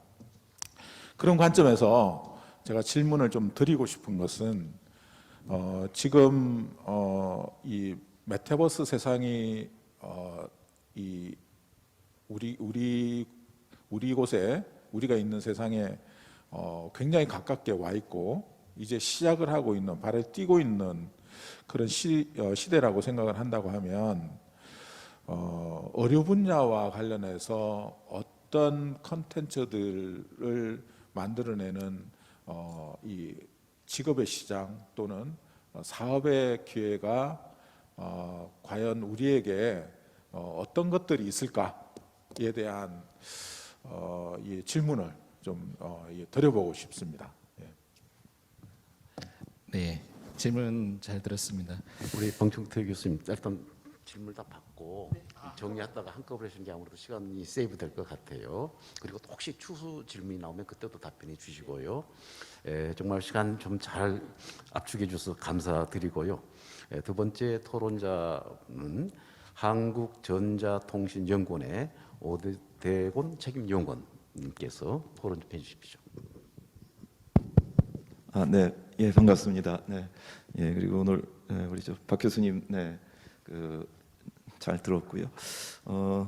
저는 뭐 이제 한국전자통신연구원 올해 이제 좀 사실은 저는 이제 정년을 하고 연구 전문위원으로 이제 조금 타이틀을 좀 바꿨습니다만 오늘 이 주제 특히 인문 사회 주간에 이런 융합 컨퍼런스라 그런지 우리 김희애 단장님의 인사말부터 사공이 많으면은 이제 못할 일이 없다라는 아주 굉장히 인상 깊은 그런 인사말 들었고요. 제가 오늘 우리 박 교수님이 이제 메타버스 is coming이라는 부분에 대해서 저는 틀림없이 세상 변화의 기본 프레임은 그렇게 갈 것이다라고 100% 동의하는 바고요. 저희가 메타버스라고 하는 것은 어떻게 보면 저희가 이제 디지털 경제, 디지털 사회로 가는 길에서 초실감 서비스라는 그것을 요체로 메타버스라고 이렇게 정의를 하면 되지 않을까 싶고요. 그 메타버스라는 어떤 초실감 서비스가 독자적으로 그냥 갈 수는 없고 최근에 제4차 산업혁명을 대변하는 초연결망이라고 하는 인프라 구축하고 그리고 초지능 어떤 사회로의 전반적인 변화와 함께 갈 수 있는 그런 부분이다라는 말씀을 드립니다. 이제 기술적 관점에서 보면은 이제 오늘 얘기하시는 버추얼 리얼리티, 가상현실과 그 다음에 이제 아규먼티드 리얼리티라고 하는 이제 증강현실 이제 얘기를 주로 지금 하고 있지만은 그것이 좀 더 완성되는 모습은 예를 들어 서브스티튜셔널 리얼리티라고 하는 어떤 대체 현실, 그러니까 시간, 과거, 미래 혹은 공간, 시공간의 완전한 부분까지도 함께 융합이 되는 그러한 부분까지 이제 완성이 될 때 진정한 이제 메타버스 세계에 들어갈 수 있지 않을까 이렇게 생각하고요. 제가 한 가지 이러한 메타버스 시대가 지금 이제 아까도 이제 어떤 주식의 시장이라든지 어떤 부분에서부터 또 일부 모임이나 어떤 게임 이런 쪽에서 이제 큰 틀에서 산업이 같이 움직이고 있는 부분이 있는데 이제 이런 부분이 과연 우리 대한민국에 어떠한 실효적 효과가 있을까라고 하는 관점에서는 좀 기대되는 바도 있지만은 좀 우려되는 바도 있다고 봅니다. 제가 최근에 어느 온라인 미팅에서 이제 페이스북이라고 하는 이제 선두주자가 그쪽이 이제 웹 플랫폼을 가지고 있지만 본인들이 그 웹 플랫폼 말고 이제 아까 일단 하드웨어적인 부분 이 부분에 이제 주도권을 뺏기지 않기 위해서 그쪽에 보이지 않게 굉장히 많은 힘을 기울이는 걸 알 수 있고요. 또 아까 이제 엔비디아라고 하는 그런 하드웨어를 만드는 회사가 또 이제 웹 플랫폼에 또 굉장히 관심을 기울이고 있어서 그런 어떤 글로벌한 그런 주축들이 이 전체 주도권을 놓치지 않기 위해서 이제 굉장히 치열하게 이제 격돌하고 있는 상황입니다. 그래서 우리 입장에서 이것을 하나 단지 이용하는 그런 이용자로서만 저희가 이제 남게 된다면 그것은 저희에게 기회가 아니고 오히려 이제 위기일 수도 있겠다라는 이제 생각이 들고요. 또 다른 관점에서는 저는 휴먼이라는 입장에서는 이 메타버스라는 것이 소위 후에마이 그러니까 어떤 과연 셀프라는 것이 실제로 존재하는가 어떤 철학의 그런 관점에 한편으로는 해답도 줄 수 있지만 또 한편으로는 어떤 미래의 그런 영화에 나오듯이 이제 인류가 어떻게 보면 약간 멸족해가는 그런 쪽으로도 갈 수 있는 이제 하나의 어떤 기회를 또 제공할 수도 있지 않을까 그런 양면성을 굉장히 우리가 좀 생각해야 된다는 말씀을 드리고 싶습니다.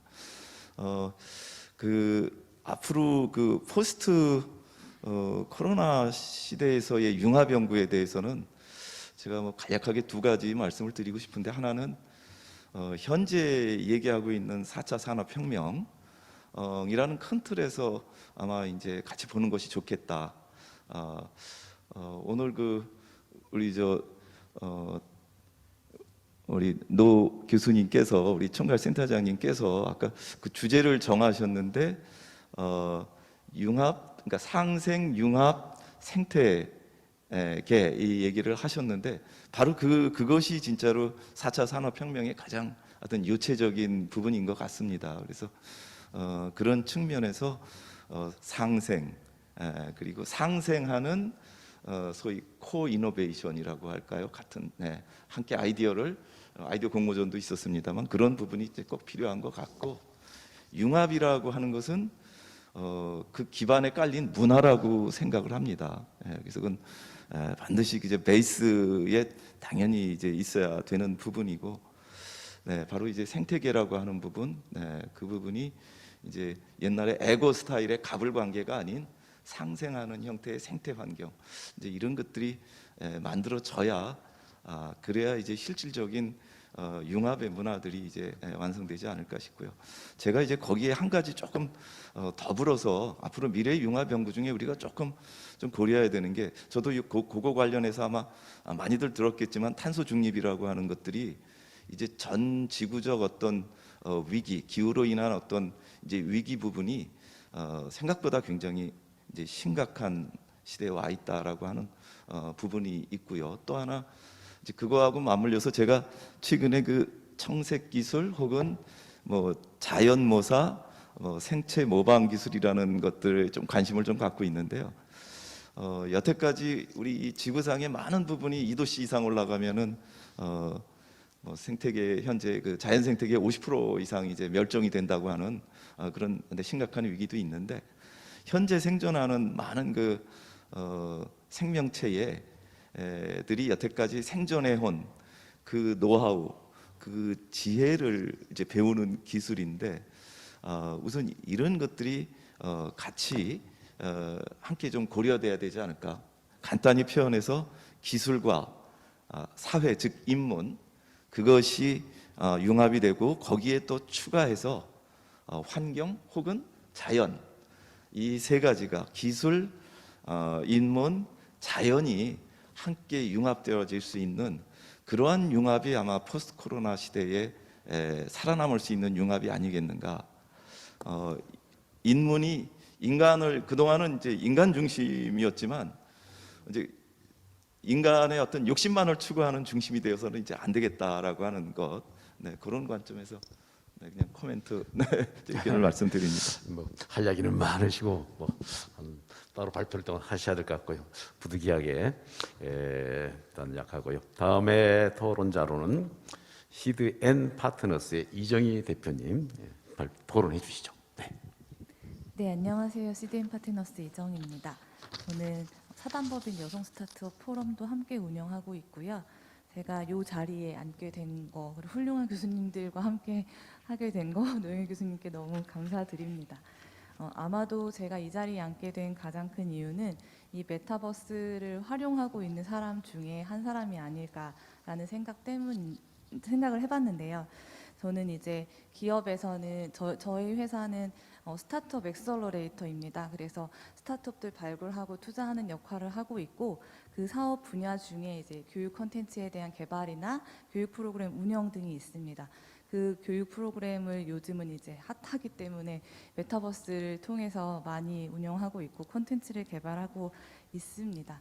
말씀하셨던 것처럼 사실 메타버스가 실제 MZ세대들에게 굉장히 핫한 그런 플랫폼으로 자리를 잡고 있고, 사용감이 그렇게 어렵지 않기 때문에 젊은 층들은 잘 사용하고 있는 것 같습니다. 저희도 교육 프로그램 할 때 크게 뭐 매뉴얼에 대한 설명을 하지 않아도 알아서들 다니면서 이렇게 활용을 하더라고요. 제가 메타버스 이번에 이제 이 자리에 오면서 몇몇 가지 고민을 했던 사항들에 대해서 말씀을 드리면, 첫 번째는 이 코로나라고 하는 상황이 메타버스나 가상 현실에 대한 부분들을 굉장히 이슈화 시켰다는 생각이 듭니다. 다들 아시겠지만 저희가 많이 교육에서 쓰고 있거나 소통용으로 쓰고 있는 줌이라고 하는 플랫폼 등이 실제로 피로감을 좀 많이 주게 되는 경우들이 있는데, 그 피로감을 많이 줄여줬던 게 게더타운이나 뭐 제페토라고 하는 플랫폼들로 활용이 되고 있어요. 근데 실제로 제가 고민하는 것들 중에 하나는 첫 번째는 주체에 대한 차이가 좀 있을 거다라는 생각이 듭니다. 이 게더타운을 활용하려고 하는 사람과 게더타운 안에서 활용당하고 있는 사람들 간에 서로 간의 갭이 좀 있지 않을까라는 생각이 드는 건 아까 이제 교수님 발표하셨던 내용 중에 이제 순천향대학교 사례를 말씀해 주셨는데 학생들이 가장 실망했던 부분이 총장님의 얼굴이 나오는 장면이었다라고 해주셨거든요. 이 안에서 그들이 이용하고 활용하고 싶은 콘텐츠 자체가 실제 현실은 아니다라고 하는 부분들이 좀 있고요. 그럼에도 불구하고 실제처럼 그 안에 공간을 꾸미고 실제처럼 느끼게 해주고 싶은 사람과 그 안에서 실제로 느끼려고 하는 사람 간의 괴리가 좀 있지 않을까라는 생각이 들어서 기술의 발전이든 아니면 콘텐츠의 발전이든 이 부분에 대한 부분들이 계속 좀 줄여나갔으면 좋겠다는 생각이 들고요. 두 번째는 저는 사실 이제 학생들 대상으로 많이 이 플랫폼을 이용하다 보니까 가장 우려되는 부분들 중에 하나가 이 가상현실이라는 거에 너무 몰입하는 경우들이 있다고 보여집니다. 저희 뭐 제페토나 이런 데 보면은 그 구찌 얘기도 하셨지만 샤넬이나 이런 명품 브랜드들이 홍보를 위해서 그 가상현실에서 자신들의 물품을 팔고 있거든요. 샤넬백 하나를 1,000원 정도면 살 수 있어요. 그러니까 이 안에서 자신의 위상이나 자신의 이런 것들을 치장하고 싶은 사람들이 그 안에 가서 이런 제품들을 사면서 명품에 대한 관심을 높인다라고 해서 명품 샵들은 이런 브랜딩을 해야 되는 브랜드들은 굉장히 좋은 효과를 가져가겠지만 그럼 그 안에서 내가 지금 명품으로 치장하고 살고 있는 이 현실과 그렇지 않은 현실에 대한 괴리들을 그들은 어떻게 해결할 것인가 저는 이 부분이 가장 어려운 것 같고요. 그러다 보면 어떻게 보면 점차적으로 그 현실이 아닌 가상현실에 점점 더 빠져들어서 현실에서의 생활에 대한 망각이 있을 수도 있겠다라는 생각이 듭니다.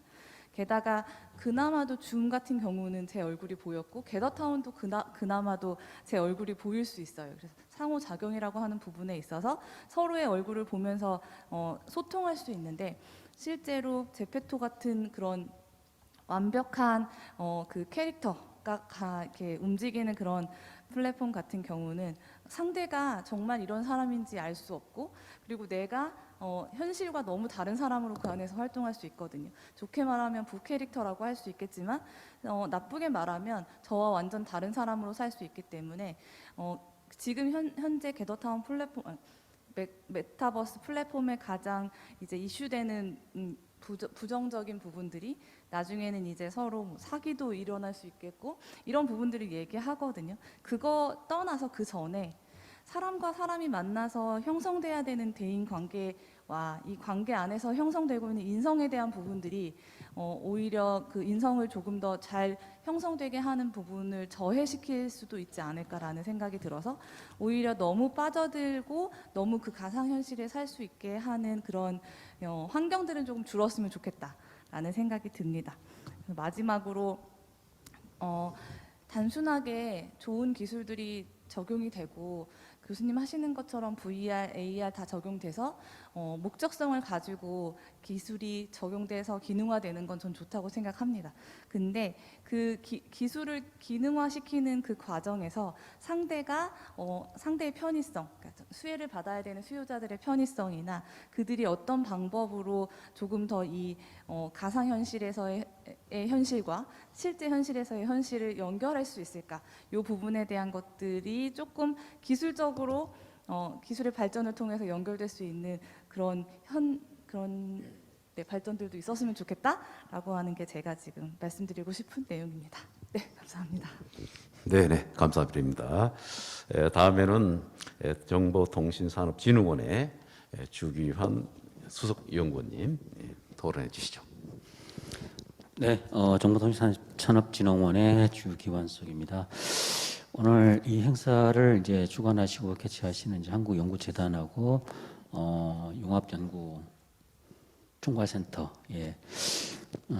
언제쯤 학제적으로는 이런 내용들이 좀 꼭 다뤄지기를 좀 많이 그동안에 좀 바랬던 입장에서는 오늘 이런 행사들이 굉장히 유의미한 어떤 의미를 갖는다는 생각을 좀 해보고요.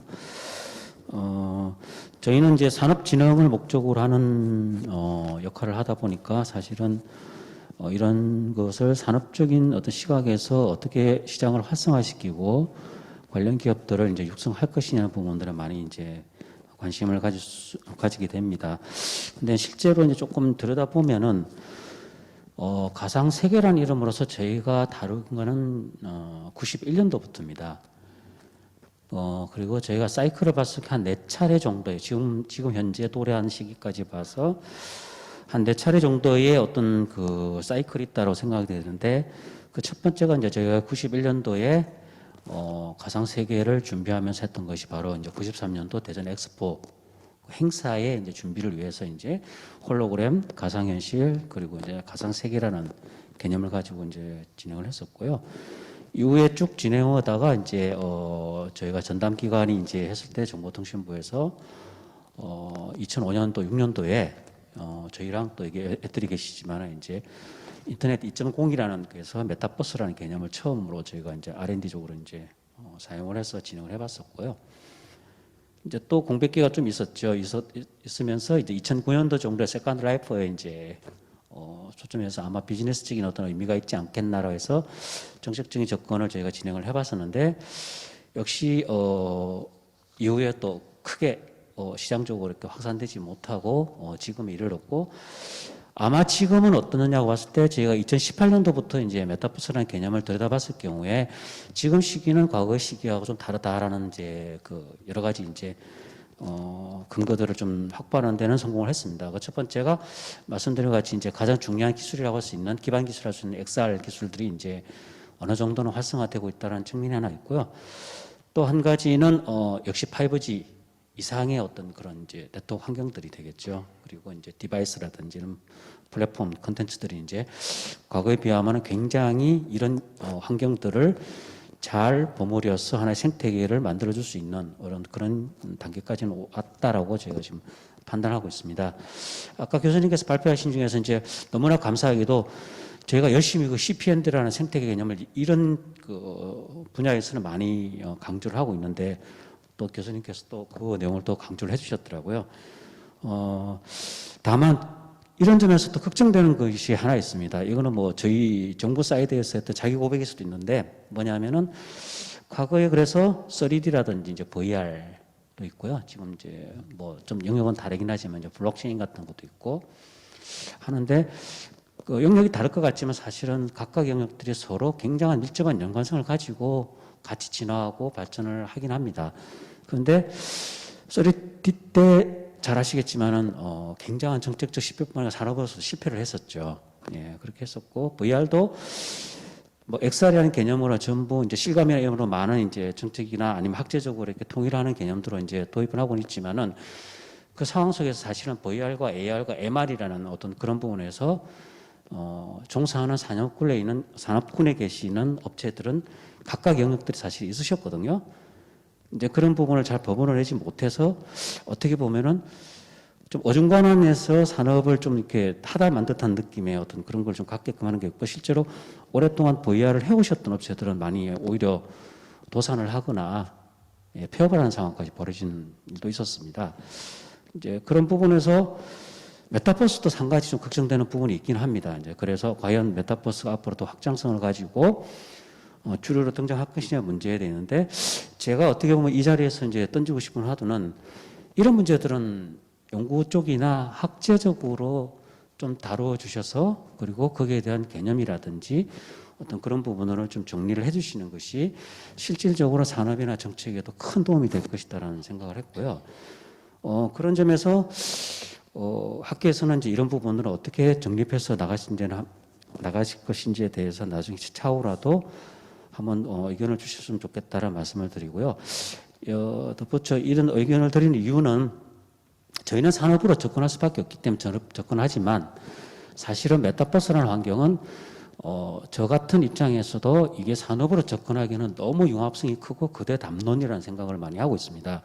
그냥 조금 이제 크게 얘기하자면은 그냥 지구촌을 담고 있다고 봐야 될 것 같고 우리의 모든 생활을 다 담을 수 있다라고 표현을 하거든요. 궁극적으로 다만 시기일 뿐이라는 것이죠. 지금의 시기에서 가능한 것이 있고 향후의 시기에 가능한 것이 있을 뿐이지만 우리가 현실적에서 모든 영위하고 있는 모든 것들이 사실은 메타버스에 다 담을 수 있다라는 것이 이 기본적인 철학이기 때문에 역설적이게도 저희가 뭐 산업을 깊이 다루긴 하지만은 메타버스를 어떻게 시각적으로 정립을 하느냐의 문제는 아마 연구 쪽이나 학제 쪽에서 꼭 한 번 정도는 다뤄주셔서 정리를 할 필요는 있겠다 이렇게 생각이 듭니다.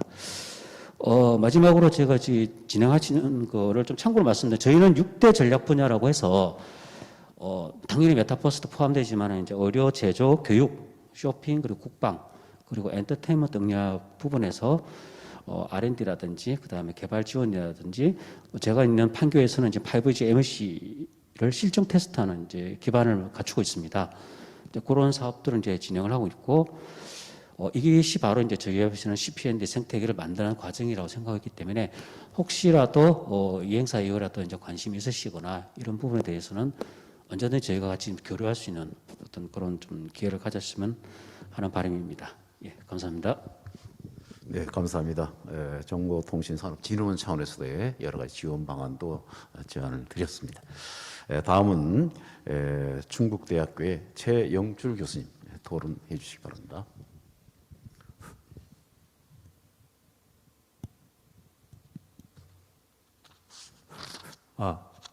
예.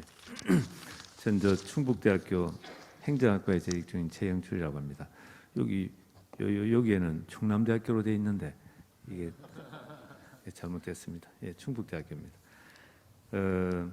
저는 사실 이 메타버스 이런 부분에 대해서는 잘 모르고 문외한인데 제가 예전부터 메타버스란 말을 들었지만 최근에 와서야 이게 메타버스의 버스가 스쿨버스처럼 버스가 아니구나라고 하는 걸 알았어요. 그래서 이거 잘못하면 참 큰 낭패 당할 뻔했다 이런 생각이 들었고 또 두 번째로는 이 메타버스라고 하는 내용을 조금 접하면서 이게 다른 분야도 그렇겠지만 교육 분야에 사실 큰 영향을 미치겠구나.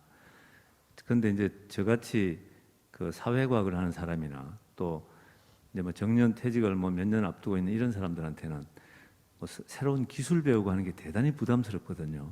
근데 줌 같은 경우도 사실 억지로 해서 이제는 조금 그건 쓸 줄 아는데 이것도 또 배워야 되는가 하는 생각이 드니까 좀 답답하기도 하고 그렇지만 또 이게 서바이브 하려면 또 하기도 하고 해야 될 것 같아요.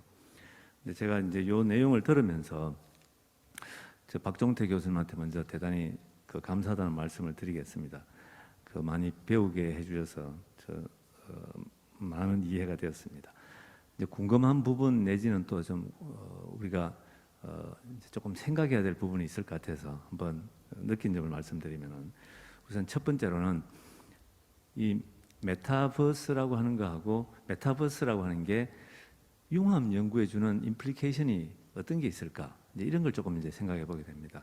그러면 융합 연구라고 했을 때는 이것도 이제 정의도 어렵고 사실 절차나 이것도 잘 체계화되지 않지만 그래도 이제 우리가 중요하다고 생각을 하는데 만나서 대면을 통해서 어떤 주제에 대해 가지고 여러 분야의 다른 관점 또는 다른 지식을 갖고 있는 분들이 얘기를 해서 만약에 3명이 모였다. 그러면은 다 더해서 3이 아니고 3 플러스 알파가 되는데 그 알파가 훨씬 밸류 에디드 된 뭔가 큰 걸 만들어내는 거. 이렇게 우리가 생각할 수도 있는데 그럼 메타버스라고 하는 그런 새로운 플랫폼 또는 새로운 교육 환경 이것이 융합 연구하고는 이게 그 자체인지 아니면 융합 연구가 새로 메타버스에 적응할 수 있는 뭔가 또 새로운 걸 만들어야 되는지 이 관계 설정 같은 것도 좀 필요하다 이런 생각이 들고요.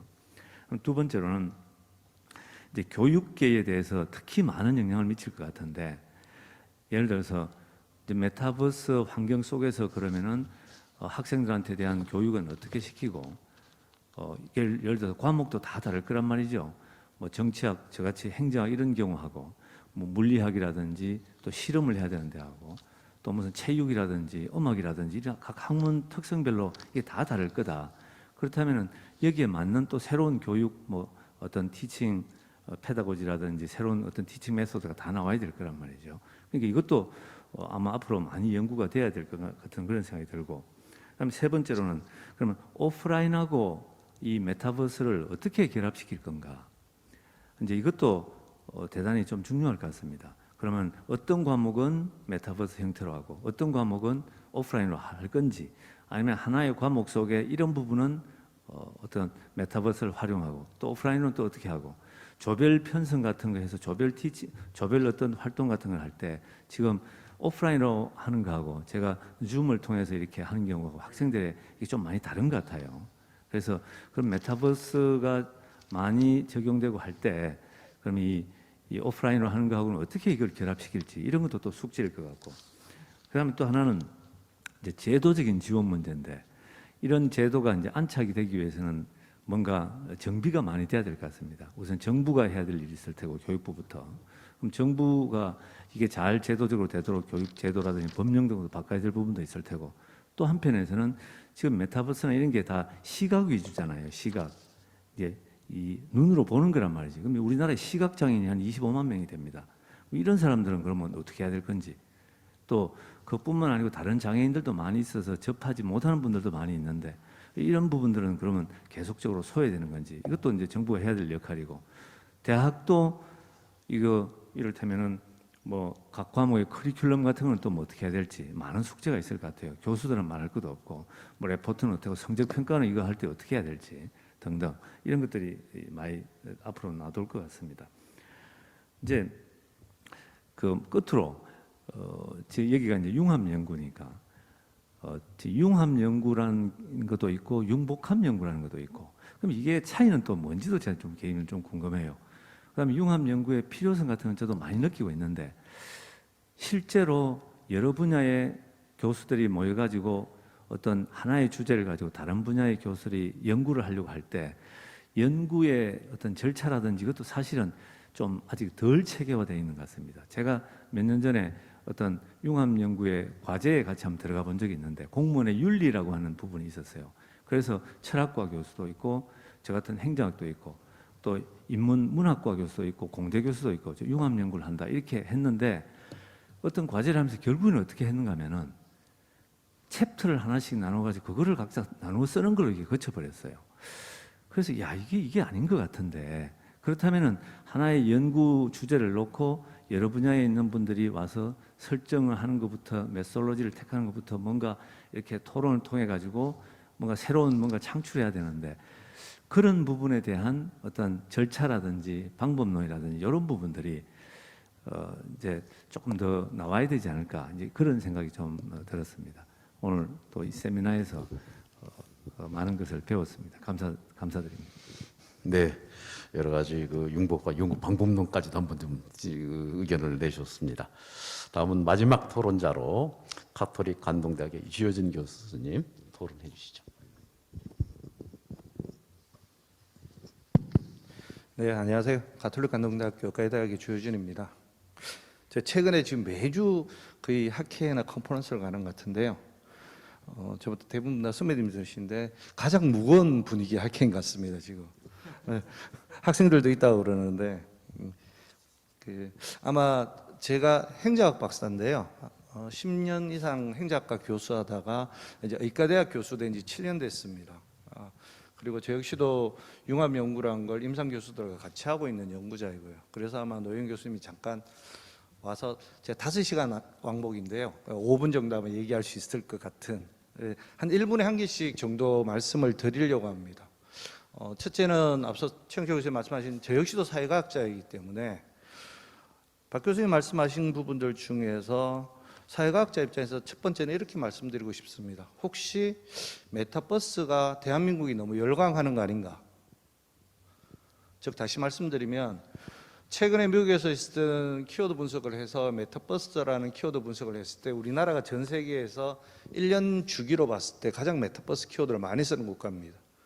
이 메타버스가 시작되었을 때 키워드가 미국에서는 거의 쓰지 않는 걸로 그렇게 데이터도 나와 있어서 혹시 우리가 너무 새롭다는데 열광하는 거 아닌가라는 약간의 우려스러운 부분도 있을 것 같습니다. 하지만 또 한편으로는 우리가 인터넷이 제일 처음 나타났을 때 과연 될까라고 얘기했는데 30년이 지난 지금 보면 인터넷이 없으면 어떤 것도 할 수 없다라고 얘기하는, 즉 이제는 다른 각도에서 보면 평면적인 인터넷 세상에서 입체적인 메타버스 세상으로 가는 거 아닌가, 그리고 우리가 그 메타버스에 같이 동참해야 되는 거 아닌가라고 하는 플러스와 마이너스라고 하는 측면에서의 시각들을 좀 가지는 게 필요하지 않을까라는 말씀을 드리고 싶습니다.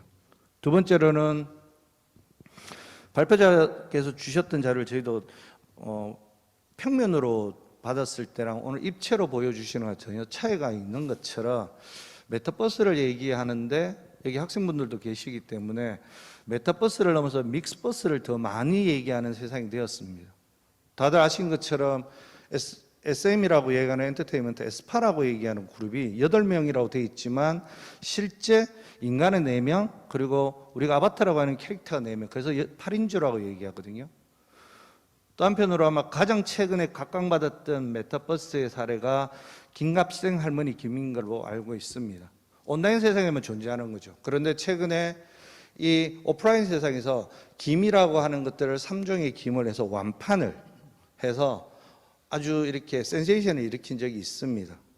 그래서 두 번째 말씀드리고 싶은 건 메타버스라고 얘기하자면 결국엔 믹스버스라는 관점에서 봤을 때 메타버스가 지향하는 세계관이라는 것 그것이 무엇인가를 인지해야만 사회과학자들이 얘기하는 이 메타버스가 단순한 기술, 도구를 넘어서서 앞서 말씀드렸던 인터넷과 같은 그런 세상에 또 다른 세상이 오지 않을까라는 말씀도 드리고 싶습니다. 그래서 세 번째로는 메타버스를 얘기하신 아까 첫 번째 토론자도 말씀하셨습니다만 저 역시도 융합 연구를 하는 연구자로 말씀드렸고요. 저 역시도 아까 박 교수님 보여주셨던 부분과 비슷한 이 뉴런이라고 얘기하는 신경과 관련되어 있는 부분들의 2채널, 4채널을 가지고 연구를 하고 있는데요. 저희는 디지털 치료제라는 걸로 지금 이제 R&D가 진행 중입니다. 혹시 나중에 학생 여러분들 계시기 때문에 디지털 치료제라고 한번 키워드 검색해 보시면 대한민국에 한 2종 정도가 지금 이제 특화가 되어 있습니다. 말 그대로 치료제죠. 그런데 디지털을 이용해서 치료제로 가는 것으로 되어 있습니다.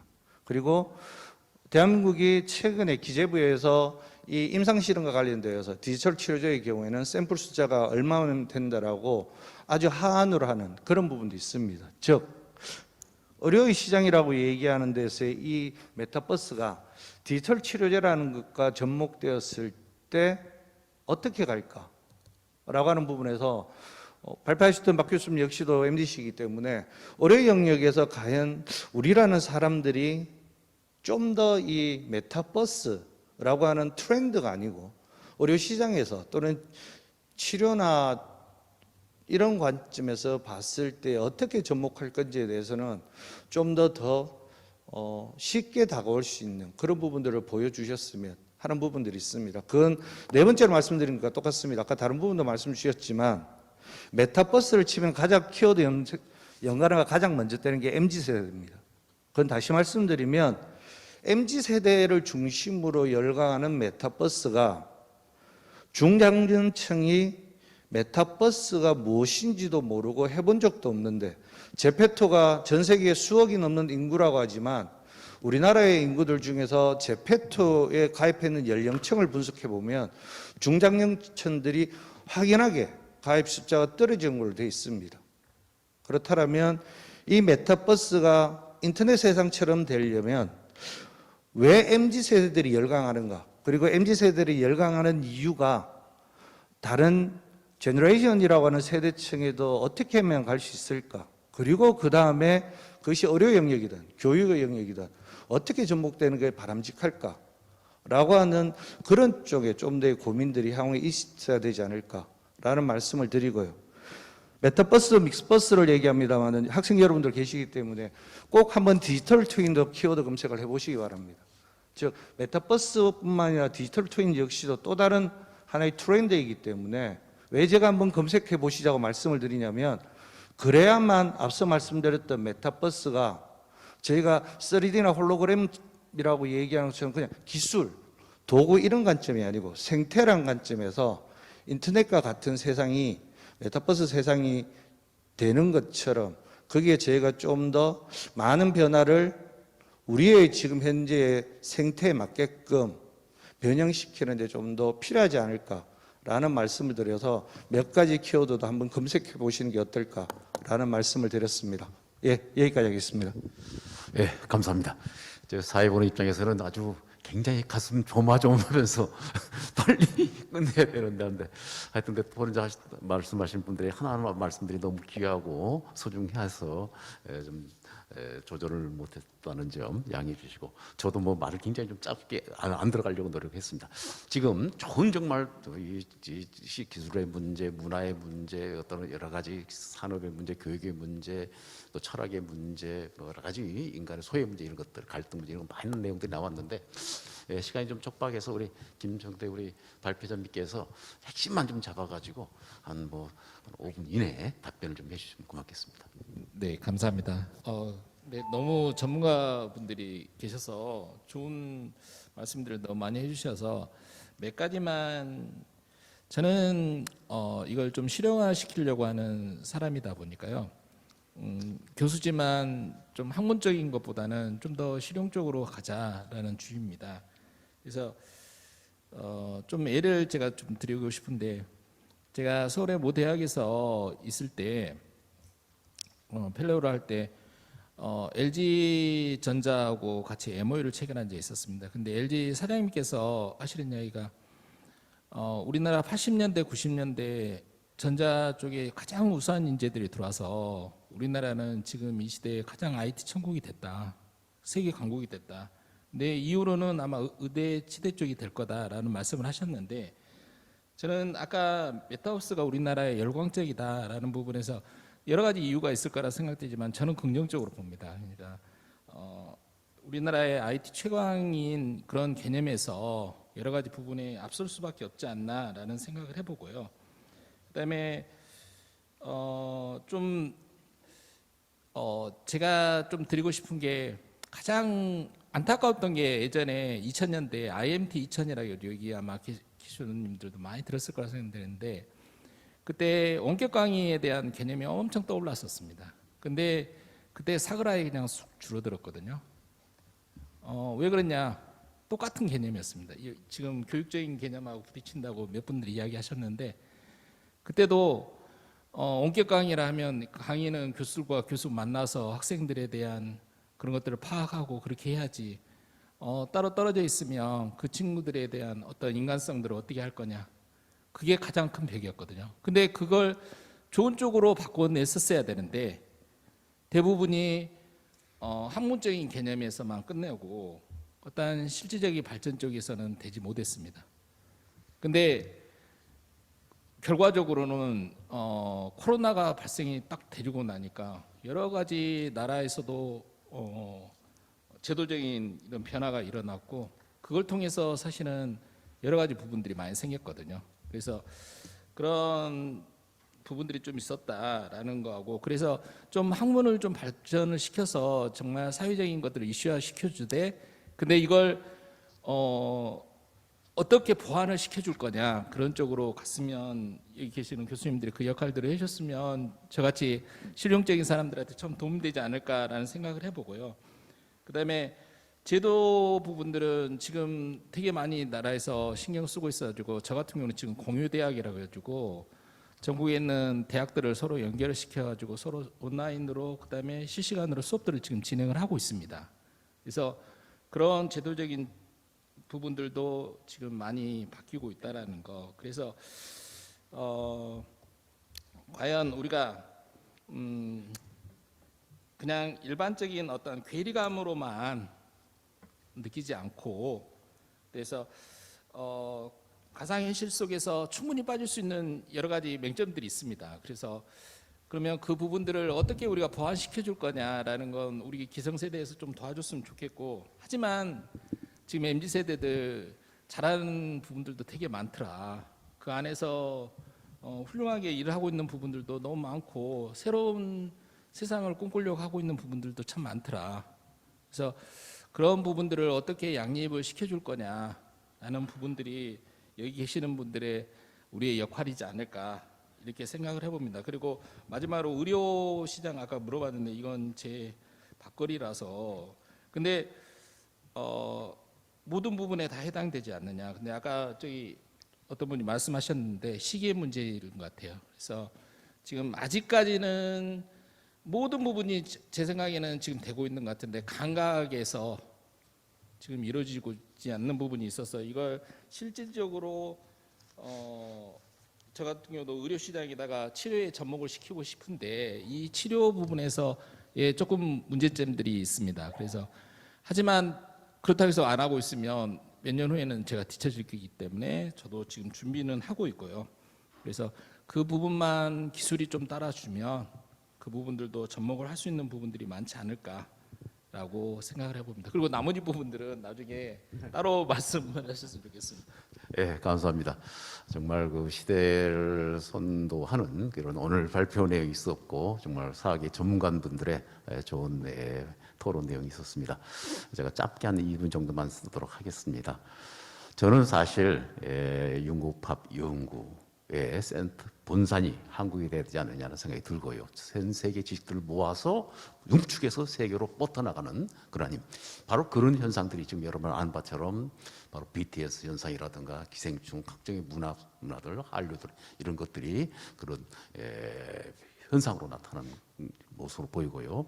이러한 그 접근 그 방법이 바로 우리나라 인문사회, 과학 분야의 같은 연구를 통해서 이제 새로운 세계를 여는데 중심적인 역할을 해야 된다 생각이 들고요. 왜 제가 이제 메타버스에 대해서 저도 굉장히 많이 관심을 갖는다면은 사실 모든 과학기술의 흐름 속에서 세계 인류가 발전하는데 바로 농업혁명, 상업혁명, 산업혁명, 정보혁명, 지능혁명 다음에 지금 현재 메타버스 혁명이라고 보고 있습니다. 왜냐하면은 정보는 정보만 쓰지만 지능은 머리를 쓰지만 메타버스는 사람의 분신들이 새로운 인간의 자신들이 나타나는 정말 그 새로운 접근이 나오고 있습니다. 여기에 바로 한국 사회가 열광하는 것도 세계를 선점하는 그러한 역할들이 한국에서 이루어질 수 있다고 보고 있고요. 이런 메타 분야를 발생할 수 등장하는 데 따른 많은 문제점이 나오고 있습니다. 법제도적인 것, 인간의 소외 문제, 디지털 격차 문제가 나오는 것을 어떻게 우리가 융합적으로 잘 대책을 강구하면서 이 메타버스의 흐름을 한국이 잘 선도해 나가면서 각 분야의 의료, 교육, 산업, 복지, 보건 어느 분야가 이 메타버스로 만들어진다면 세계 시장을 석권할 뿐만 아니라 세계를 선도할 수 있다고 봅니다.